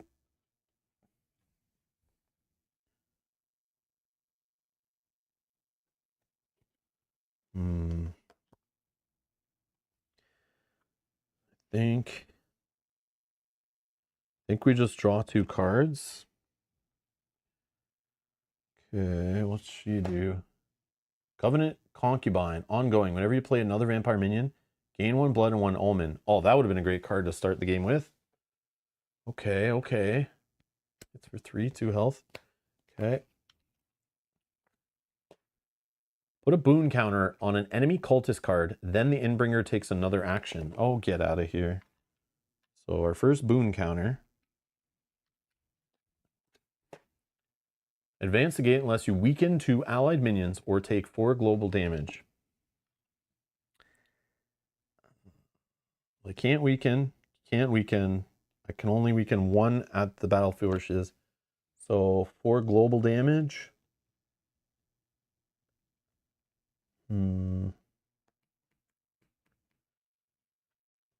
1, 2, 3.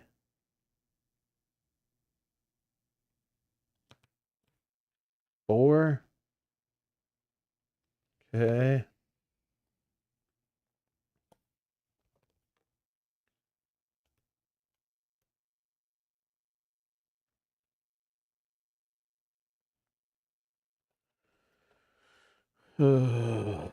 Let's just gain 2 energy.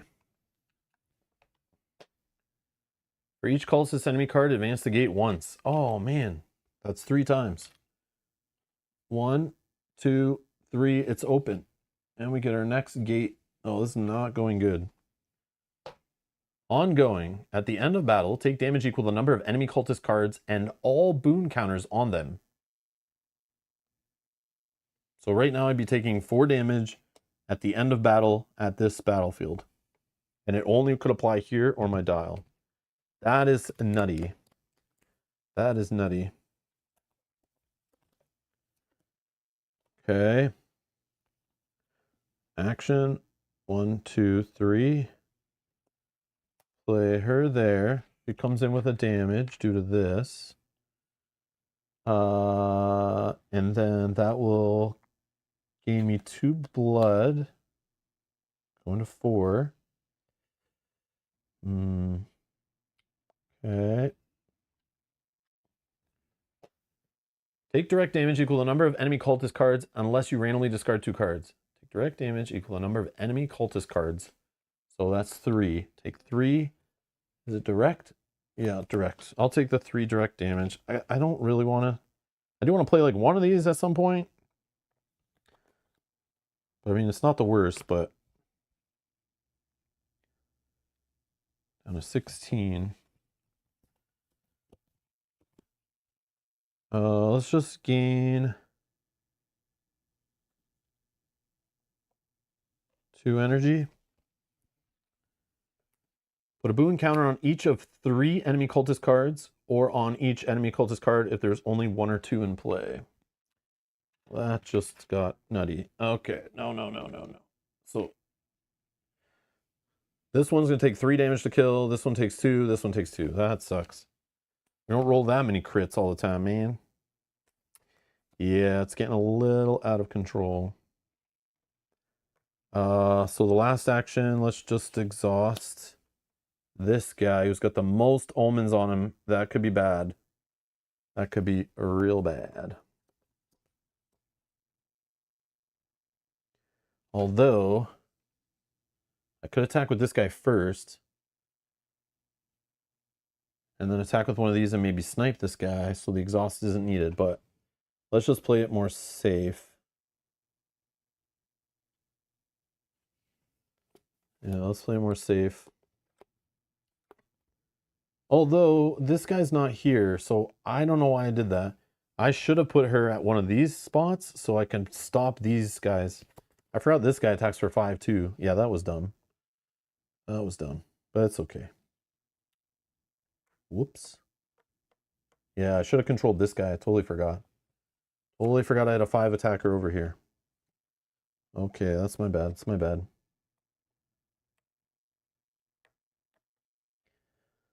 Oops. Okay, one more action from the bad guy. Put a boon counter on an enemy cultist card, then the Endbringer takes another action. Look at it just ripping through its deck. Get out of here. And weaken an allied minion, then Endbringer takes another action. What the heck? I can only weaken this guy at her battlefields. Yeah, this is very bad because it's going to rip through its deck and then do that whole, what was the effect again? I think we take like a whole bunch of damage. Whenever you would shuffle the Nemesis discard pile of the Nemesis deck because there are not enough cards, first advance the gate once for each boon counter on cultists in the ritual chamber. So there are 5 boon counters. This would advance and we get another gate. 5 boon counters, advance and get another gate. That's so bad. So this one is advance the gate unless you weaken 2 allied minions or take 4 global damage. No, let's just advance the gate, I guess. I can't weaken them and take in the damage. I'm now worried. All right. Yeah, and this is going to do so much damage. Oh my. Okay. Yeah, this got out of control.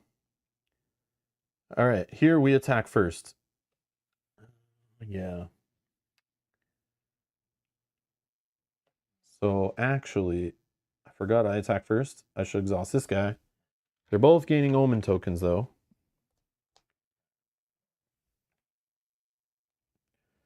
And then we're going to attack for 4. Let's spend, oh yeah, let's gain an omen.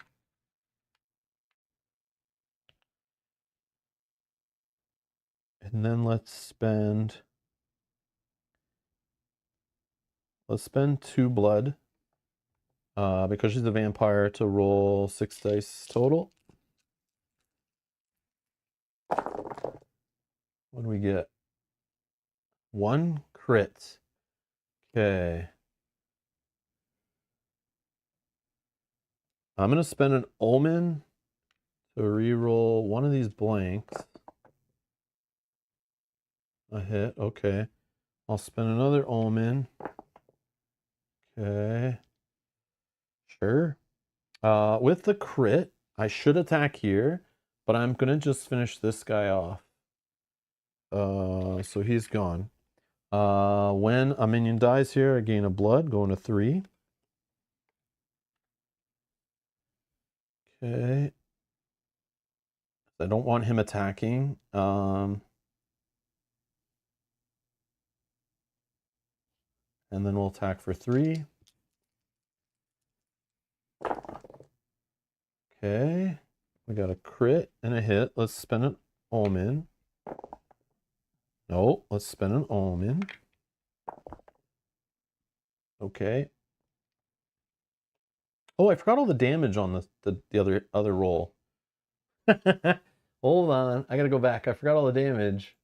I was so excited just to kill that guy.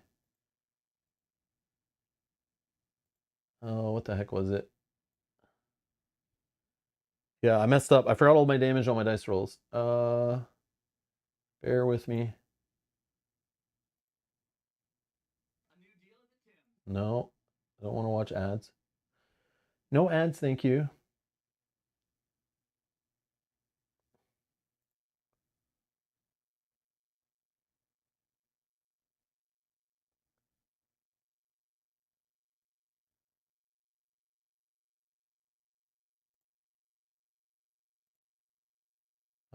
It was 1, 2, 3, 4, 5, 6 damage. 6 damage. So unfortunately, yeah, 4 of it has to go there.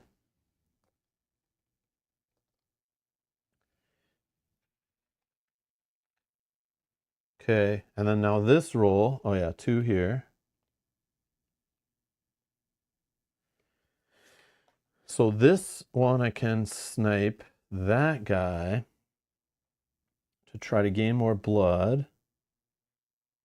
Or I just try to get rid of some boon counters.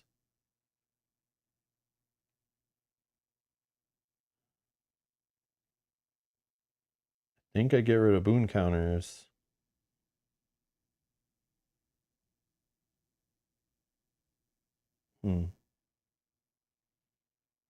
I could hit the monolith.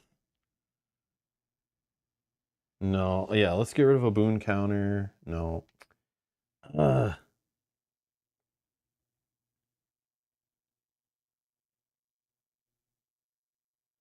This is tough. This is freaking tough. Let's just get rid of this guy. Yep. And we'll get a blood for it. Go to 4. And then 2 damage on the monolith. This monolith is 3 away. Oh my, come on. I wish I knew there were good effects under there to help us claw back, but it's like, yeah, it's probably a bad effect. Like we're gonna get wrecked. Okay. Now this battle, they go first. This guy gets 2 omens. Okay. He'll attack for 2, but we flip a tactic. It's a cultist, so that will add another boon counter. And then, oh yeah, this doesn't go yet, only when we need a card. So just 2 damage. Sure. It's not that bad. Okay, so we'll do the vampire first, spending 2 blood. So that way we can roll 6 dice.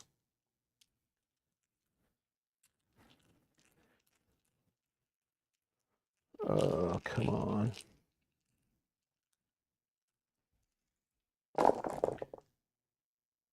Okay, we got 1 crit. That's like kind of sucky. Do I re-roll this? Or should I save that for my 7 roll? Now let's spend omens. Okay. Omen. Okay, okay. And omen. Yeah, all right. So with these crits, we're gonna get rid of just get rid of some boons. Yeah. Yeah, that'll slow down the gate advancing, and a bit of our damage will take. And then 3 more damage. Let's put it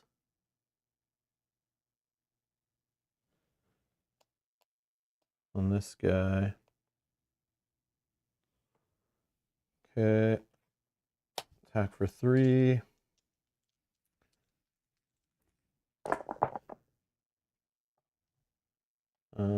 One damage. That sucks. Put it there. Okay. Now here, this guy will attack for 5. And then now we need to flip. And what was it again? It's when, I think it's for each boon counter. Whenever you would shuffle the Nemesis discard pile into the Nemesis deck, because there's not enough cards, First, advance the gate once for each boon counter on cultists in the ritual chambers. There's 3 boon counters. 1, 2, 3. Okay. Yeah, that would have opened the gate if we didn't get rid of at least a couple of those boon counters. Maybe I should have got rid of only 2 and then killed one of the cultists, but that's okay. Oh yeah, I forgot. End of battle. End of battle, take damage equal to the number of enemy cultist cards and all boon counters on them. So 6 damage here. Let's go. Let's kill here for 1. That will generate us the blood. And then, damn. I'll take 5 here, I guess. Yeah, we're so in trouble. We're so in trouble. I don't know. I don't know. Okay.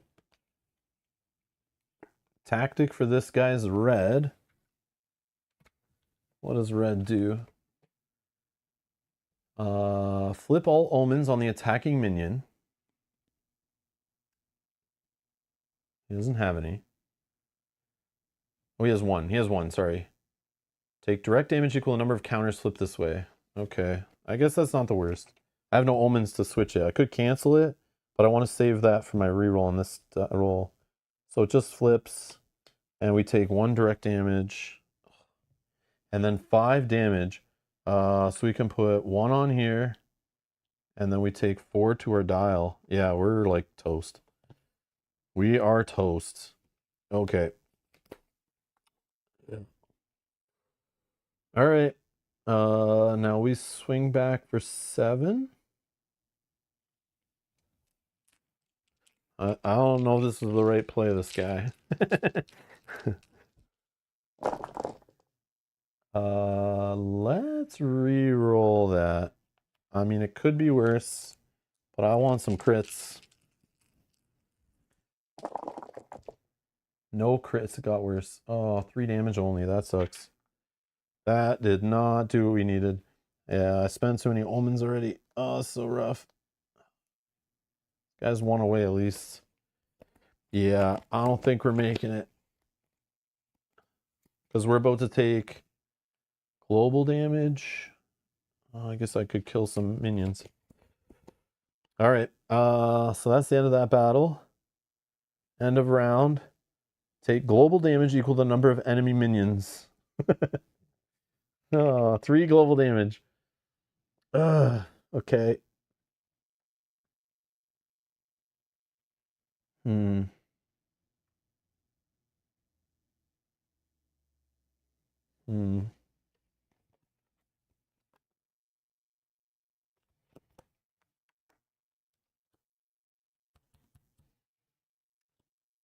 Let's take 1 here. That will generate us the blood. 2, 3. So bad. All right. Spawning. Yep. Rampaging Piercer. When played, put 2 omen tokens on this minion. Ongoing. At the end of battle. Oh yeah, this guy had an ongoing too, didn't he? At the end of each round, flip 1 damage counter on each enemy at this battlefield.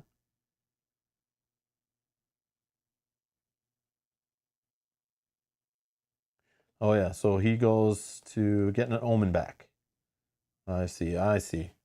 So he's now only 3 damage on this guy over here. Okay. Ongoing. At the end of battle, flip 2 damage counters on this minion. Oh my gosh.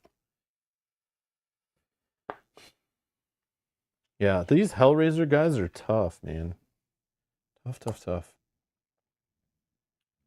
Yeah, it's like the exhausting effects are cool from Maselda to keep them like controlled, but I really feel like you need to like get rid of them, not just like exhaust them. They need to be gone, especially with the spawning of this too, which we only had 1 so far, but it will happen again. Oh, look at this badass. Hellflame Warden. When played, put 2 omens on this minion. Ongoing, resolve omens, gaining any effects on this minion without flipping them. Oh, wow. Yeah. Yep. We are in trouble. So the problem is they all come out with like 5 health, right? So when you're trying to destroy monoliths, you have to damage them and fill up them with damage before you can hit the monolith. And they're just they soak way too much. All right. So yeah, they just make it challenging. You really need like lots of damage output, or like, I don't know, like remove from play effects or something if that's a thing. Like this guy's bounce was nice to like just get rid of 2. Like obviously I could have waited a bit and try to time it like on a location like this, but I don't know. I need to get him out there rolling dice even though it sucked more often, like more rounds. So yeah, maybe I should have timed this guy better. But yeah, it's okay. All right, Omen, actions. Let's get greedy. Let's just keep rolling the die for energy. 4, okay. We're at 6. Oh yeah, ready all these up. And where are you going? 8, staying there, okay. And where do we want to go? I feel like we want to go here. So I have 4 blood.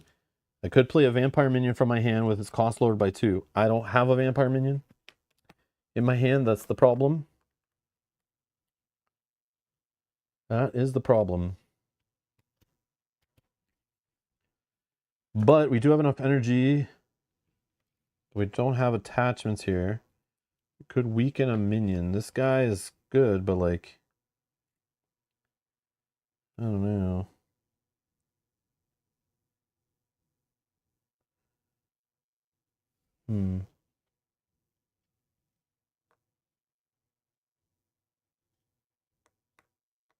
So close to this one being destroyed. So close. Maybe I can just leave her to do the damage there. Maybe I leave some blood for that purpose of letting her roll more dice. And then here.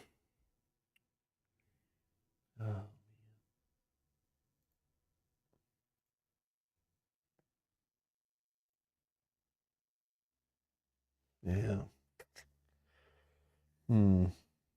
Yeah, this is tough. This is tough. Yeah, there's like 15 health here, and I only have 1, 2, 3, 4, 5, 6, 7 damage.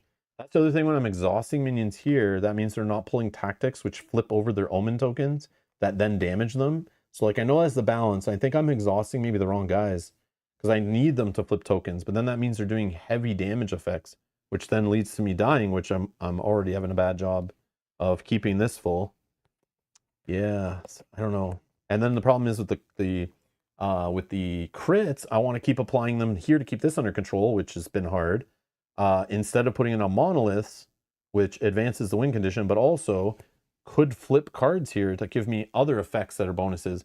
The only problem is, even when I put a damage on here from a crit on a monolith, and I flip the top card, it can be a cultist, which just puts another boon counter out here, which is like, so it's like, might as well just hit the crit on them to kind of like whittle this down. It's like, it's very annoying.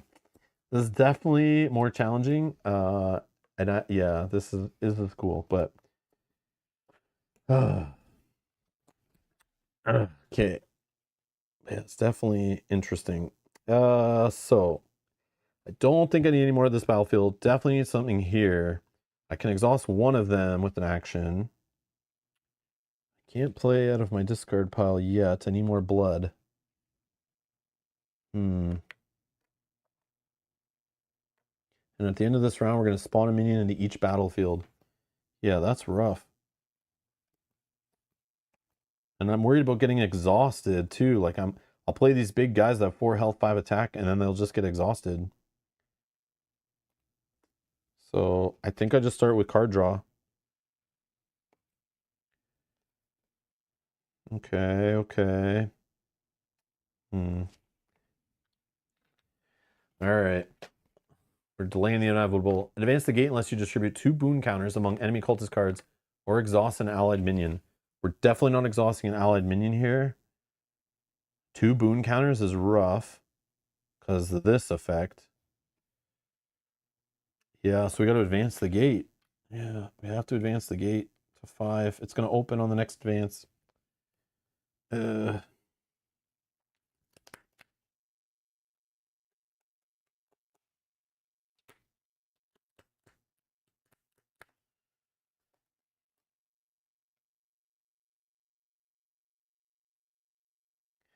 Okay, let's play this guy for 5. We gain an Omen token. And then choose one. Play a non-curse attachment from your hand or graveyard. This is a Razor attachment. Reduced by 1 cost. In this one, you may deal damage to the attached minion to draw 1 card and gain 1 blood. Yeah, some of these blood effects I wish I saw like earlier to help build that engine. Or I wish after playing these I saw more cheaper minions. But I can play this one. I mean, I might as well just buff this guy up. And then I'll get another Omen.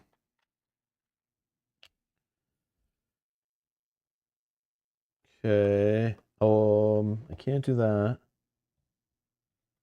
Yep. All right. Please be gentle. Weaken an allied minion, then Endbringer takes another action. Okay. Well, I can only weaken this one. Advance the gate. All right. Yay. At the end of battle, destroy the allied minion with the highest cost. Pick one if tied. Oh no. This guy's dead no matter what here at the end of this battle because he's 9 cost. There's no way I play a higher cost one. Oh no, that is such bad luck. Such bad luck. If we even make it that far, we're probably dead before that. Oh, come on, this game. A new gate is there. Okay. All right. I see what you're doing. I see what you're doing. Getting outplayed here, hardcore. Okay. So let's go with, I mean, we have no energy. And, oh, I do have, no, I have no vampires in hand. I would love to have one though. Let's just gain energy up to 3. That'll be the most exciting turn. Advance the gate unless you take 4 direct damage. Can't do that. Or lose 2 energy. Nope, we'll advance the gate. I don't know. Okay.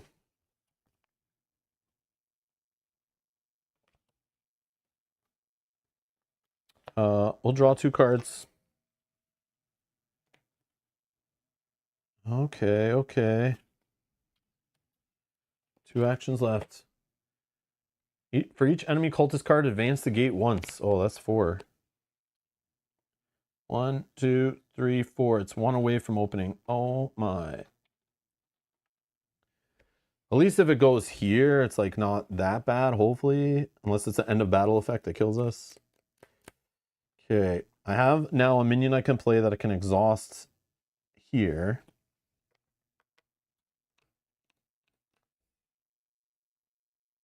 It's not a vampire though. A vampire would get me some blood. If I get to 6 blood, I could play a non-legend minion from my graveyard with his cost lowered by 3. So I could get like this one into play. Oh man. Okay. Wish I had enough to afford this guy. Look at this guy.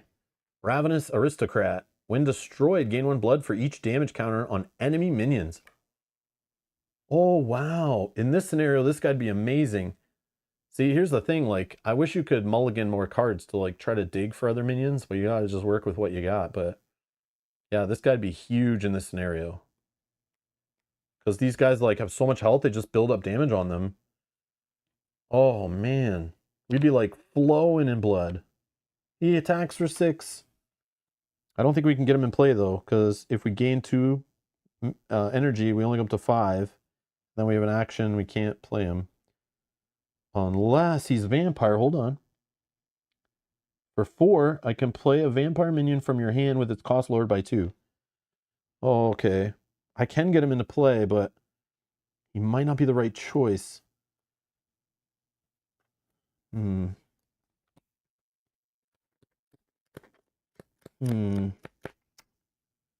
here's the problem. Because I could, my options are play like a minion like this that can just exhaust an enemy. Still attack for 3, it's not the greatest. And then I just use the exhaust action to exhaust one of these guys. So I could like exhaust 2 enemies here. And then it's like way less damage coming back at me that I can absorb most of it. But if I put this guy into play, he has 5 health, and then I don't exhaust anybody.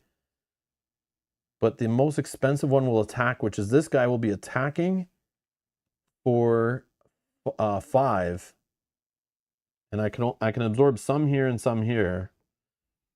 But I can't absorb a lot here.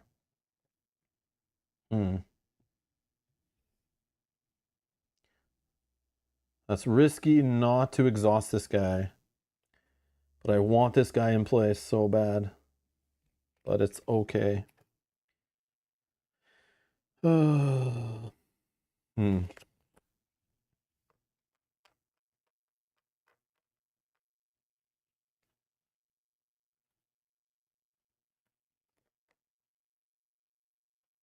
Yeah, I think I do it though. I think I do it.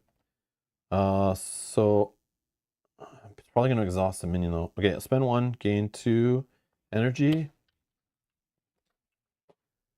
Put a boon counter on enemy cultist card, then takes another action. Oh, stop. I think that extra action stuff's a little too much. Advance the gate unless you take 3 direct damage. Well, I'm advancing the gate, which will open it. Because if 2 direct damage would kill me. Ongoing. Enemy minions get +2 attack. Okay, at least it's going on the leftmost one because they all have a gate. And there's no enemy minions here. So that's okay for now. And then we need another gate going. I didn't say it at the beginning, but I should always state on these videos, do not play it like me. I might not have the best strategy.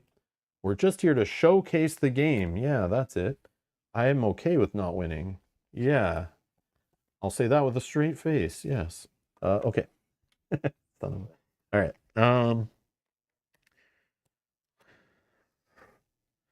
So now we can play a vampire by spending 4 blood to play a vampire minion from your hand with its cost lowered by 2.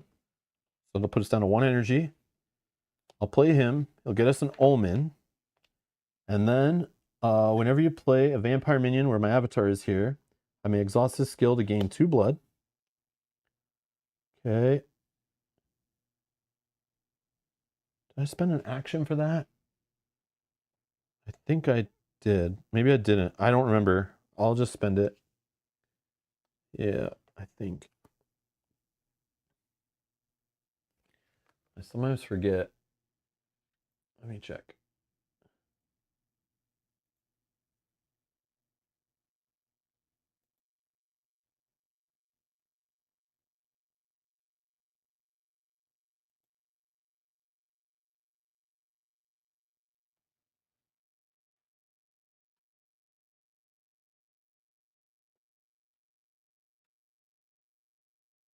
Yeah, no, I didn't. Okay, perfect. Yeah, you gotta watch me, man. I'm trying to cheat. Okay. So his effect. Making sure I did everything. When played, advance the gate. Okay, we officially have more cultists than I've ever had in play before. I've never seen it get this out of control. 2 on 1, 1 here, 1 here. Okay. And advance the gate. Okay. All right, battle here.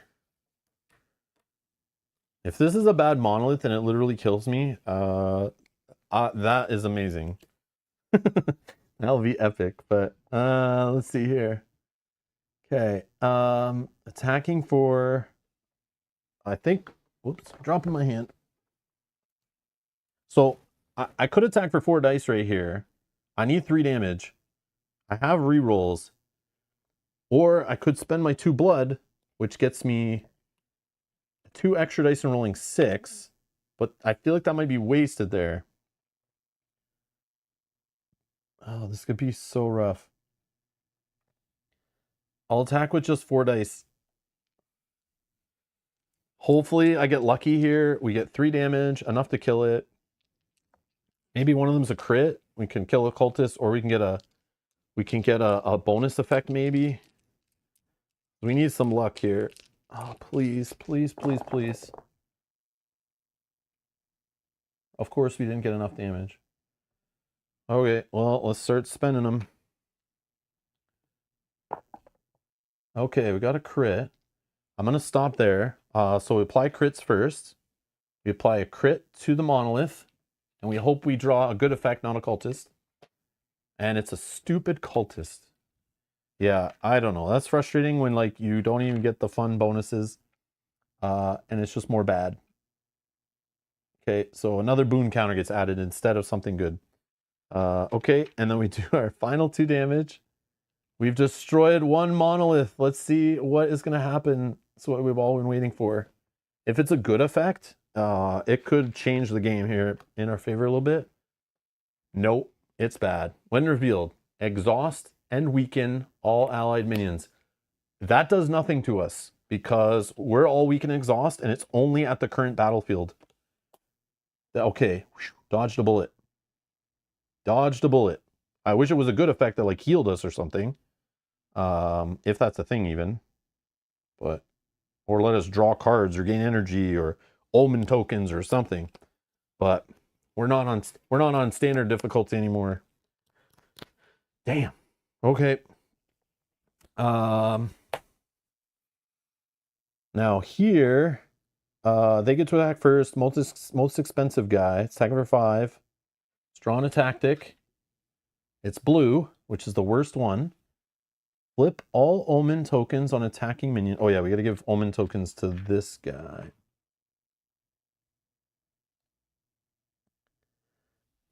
Flip all omen tokens on attacking minion, gets +2 attack for each counter. Flip this way.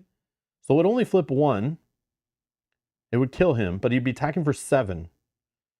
I can take 4 here, and he would die, so I can't. I can take 3 here, and I can take 4 here.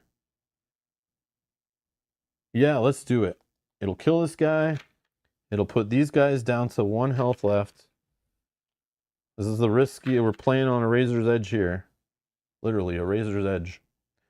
There. We've applied 7 damage. And this guy dies right after, which does gain us a blood because of her effect.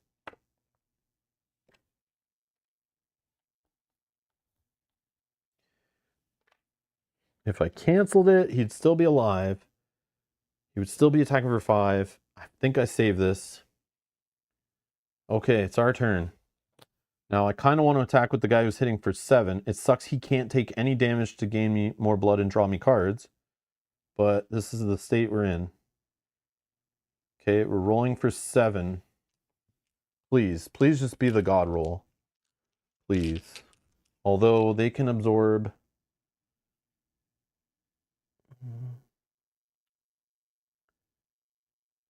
How did this guy... I might have forgot this end. The end of battle, flip 2 damage counters on this minion. Did I not... 2 omen tokens on him. I might have messed that up. I don't know. He probably should have those on him. Yeah, I think. Or he flipped them, right? No, I don't think he did.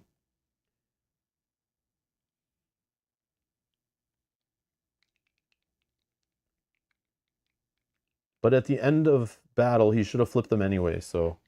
Yeah, we'll just leave it like that. I'm pretty sure that's the state he should be. Alright, here we go. Okay, so lots of double damage, which is great. So there we have 7, 8 damage. I don't feel like I rerolled the whole thing. But it's not enough to snipe anybody.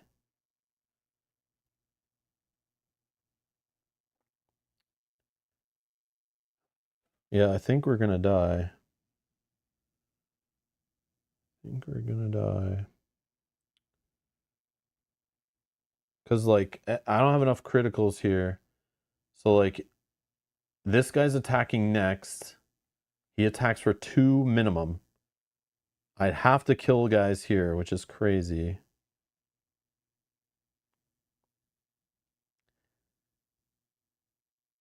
Yeah, that's crazy.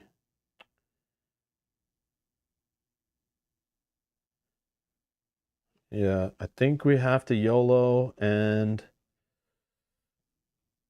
Oh, that's bad. Yeah, let's spend an Omen. Okay. So I can put 4 here, 3 here. That leaves 2. Yeah, this is too many guys here. Too many guys. Yeah.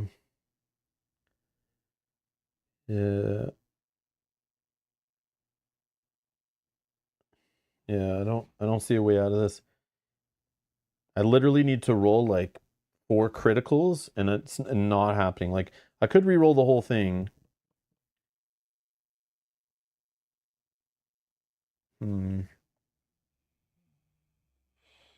Just trying to think, because they're way out of this. I really should have exhausted this guy here. Instead of playing going big on this guy. But okay, let me think. I could re-roll the whole thing hoping for crits, but that's like a 1 in 6 chance on each die. It's not happening. So what I will do is just do a crit on there. And we draw here. Ah, it's a cultist again. I need some good effect off that, like to maybe get us back in it. But those have been sucking. All right, then we go. That's done. So 4 of the damage goes on this guy, so he's 1 away. And 3 of the damage go on this minion. I probably also forgot to give that minion at the start of battle 2 omen tokens. So that's insane. And then 2 damage goes on the monolith. All right, so this guy's the more expensive than this guy, so this guy has to be the one to attack next. And he'll draw a tactic. Of course, it's not a cultist.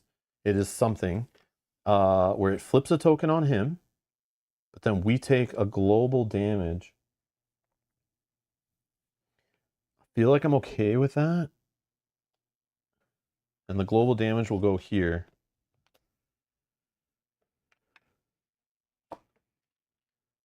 Okay, and then 2 damage from him. I think 1 has to go here. Yeah, 1 goes here. So that's his 5 he has. He's dead. All that juicy investment just gone like that. And then 1 goes here. Oh my god, we're so dead. We're dead at the end of this battle. Yeah, we're dead here because of this effect. We're dead because of this gate. I just realized. Yeah, we're gonna get all the damage based on all these cultists we're not taking care of. Yeah, this is what's gonna end us. Okay, so this guy will die. We don't get any blood. Okay.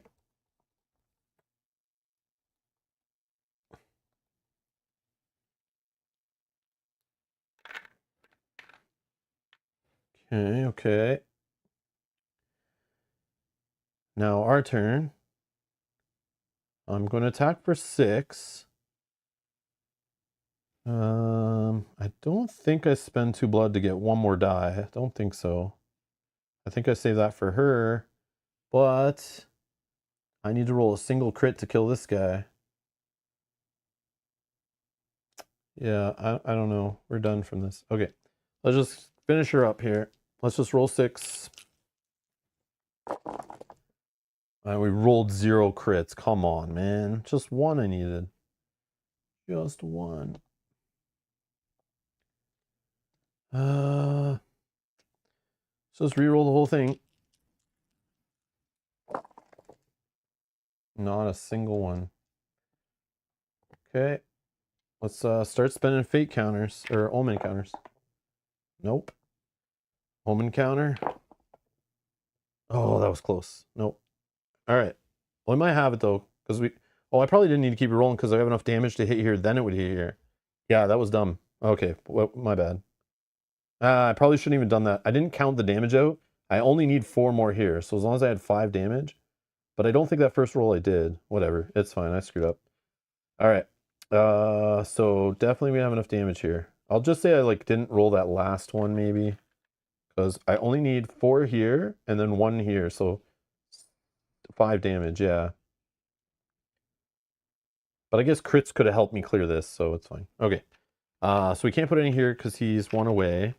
So we'll put 4 of it here. That will destroy this.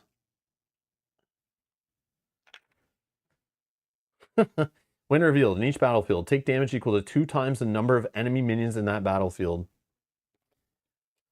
So this battlefield, there's none. In this battlefield, 2 times the number. So 2 damage right now.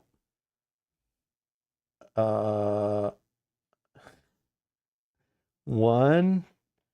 So this guy will get us 1 blood for each damage counter on enemy minions. So we get 1, 2, 3, 4 blood when he's destroyed. If I take it here, I'm dead, so I have to kill her. Oh yeah, whenever his minion is destroyed, I gain a blood for that. I'm at 8 blood.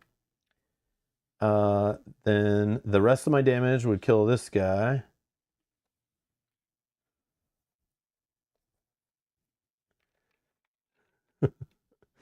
And then, after that battle, at the end of that battle, take damage equal to the number of enemy cultist cards and all boon counters on them. 1, 2, 3, 4, 5, 6, 7, 8, 9, 10, 11 damage at this battlefield. There's no one to put it on. It will all go to my dial of 1 left. So, we're dead. GG's. That's the game. Wow, that got out of control big time. It is insane. I will tell you this. It is insane.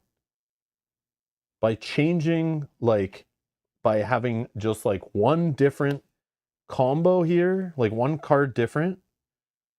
Because I was able to beat this before this exact setup. Although I had good monoliths, so they were like always would be a good effect when they flipped. But I was able to keep this under control when I first played this scenario. I got wrecked by these cultists. I didn't understand how they could spiral and just like whip open gates so fast. And then trying to have crits to deal with these is very hard to do. And I did gamble there.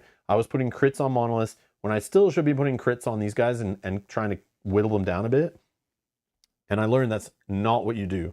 So the next time I played them, I applied all crits here. I kept these very under control, never let them get over 3 cultists and maybe a couple boon counters.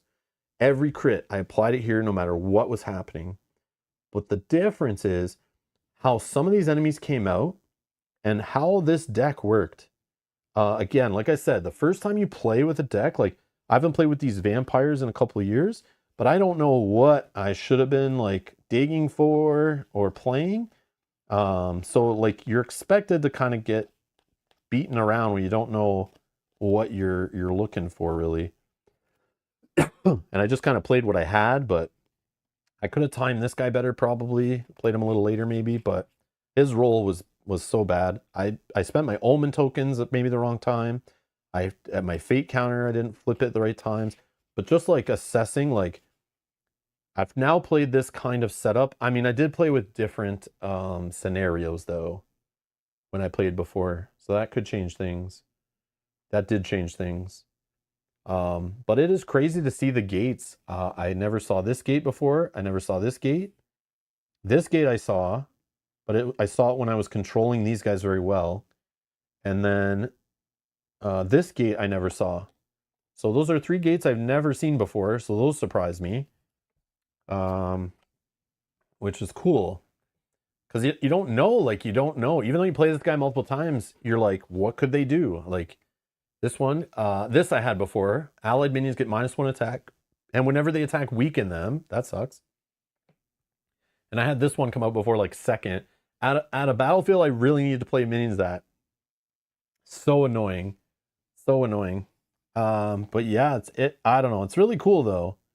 And of course, I put it on me. I know I could play this again with this exact setup.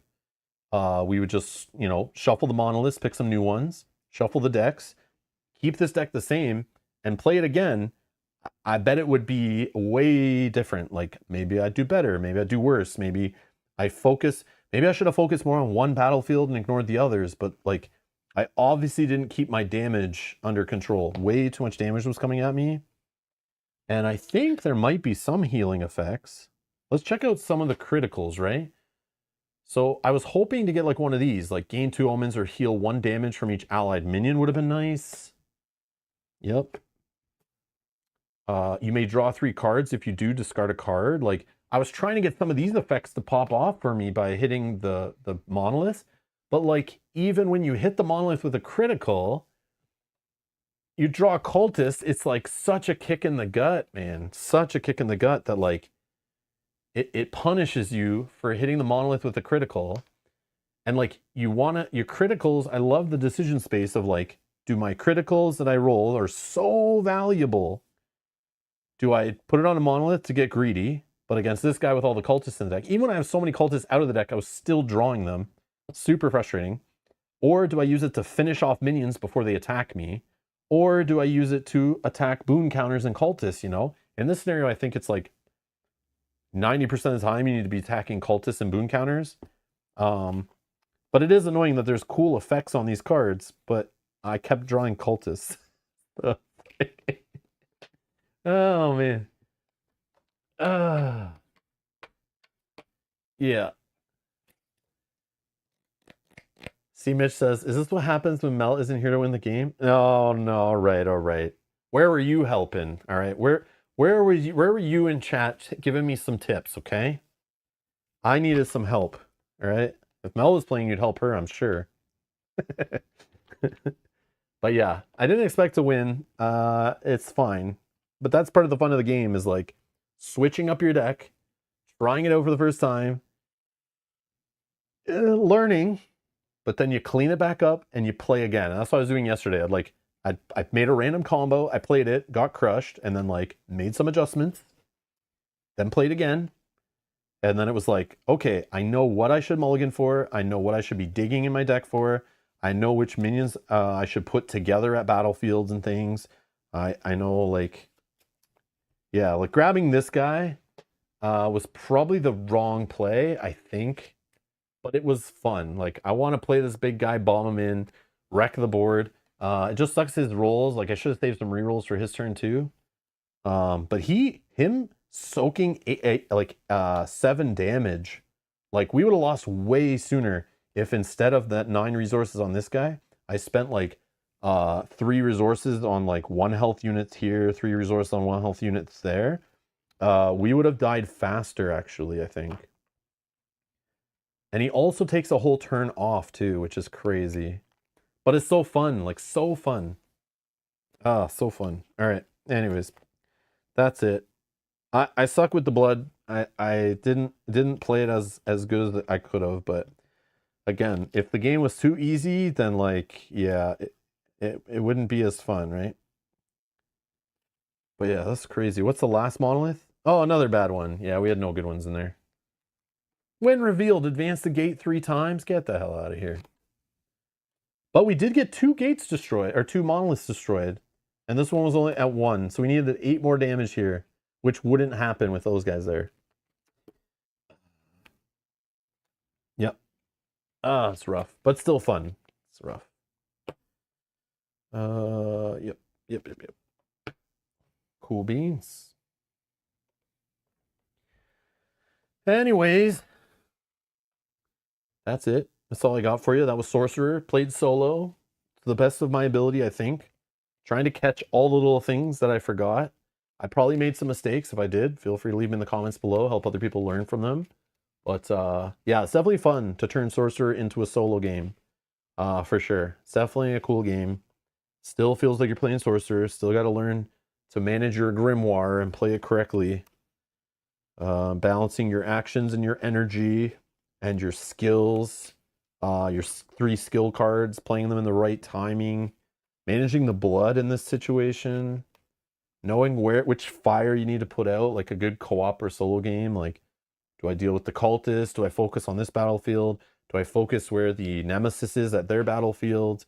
Do I focus on these minions? Which ones do I exhaust? Like, yeah, it's all just like the risk versus reward stuff, prioritizing threats. Like, yeah, it's got all the tropes of a good co-op and solo game, I think. But yeah, definitely challenging, definitely interesting. But yeah, that's all I got for you. That's all I got. That was fun though. Anyways, yeah. Thank you all for watching. Thanks for hanging out. Thanks for supporting the channel. Thanks for clicking the like button. Awesome. And yeah, I guess I'll see you guys in the next stream. Bye-bye.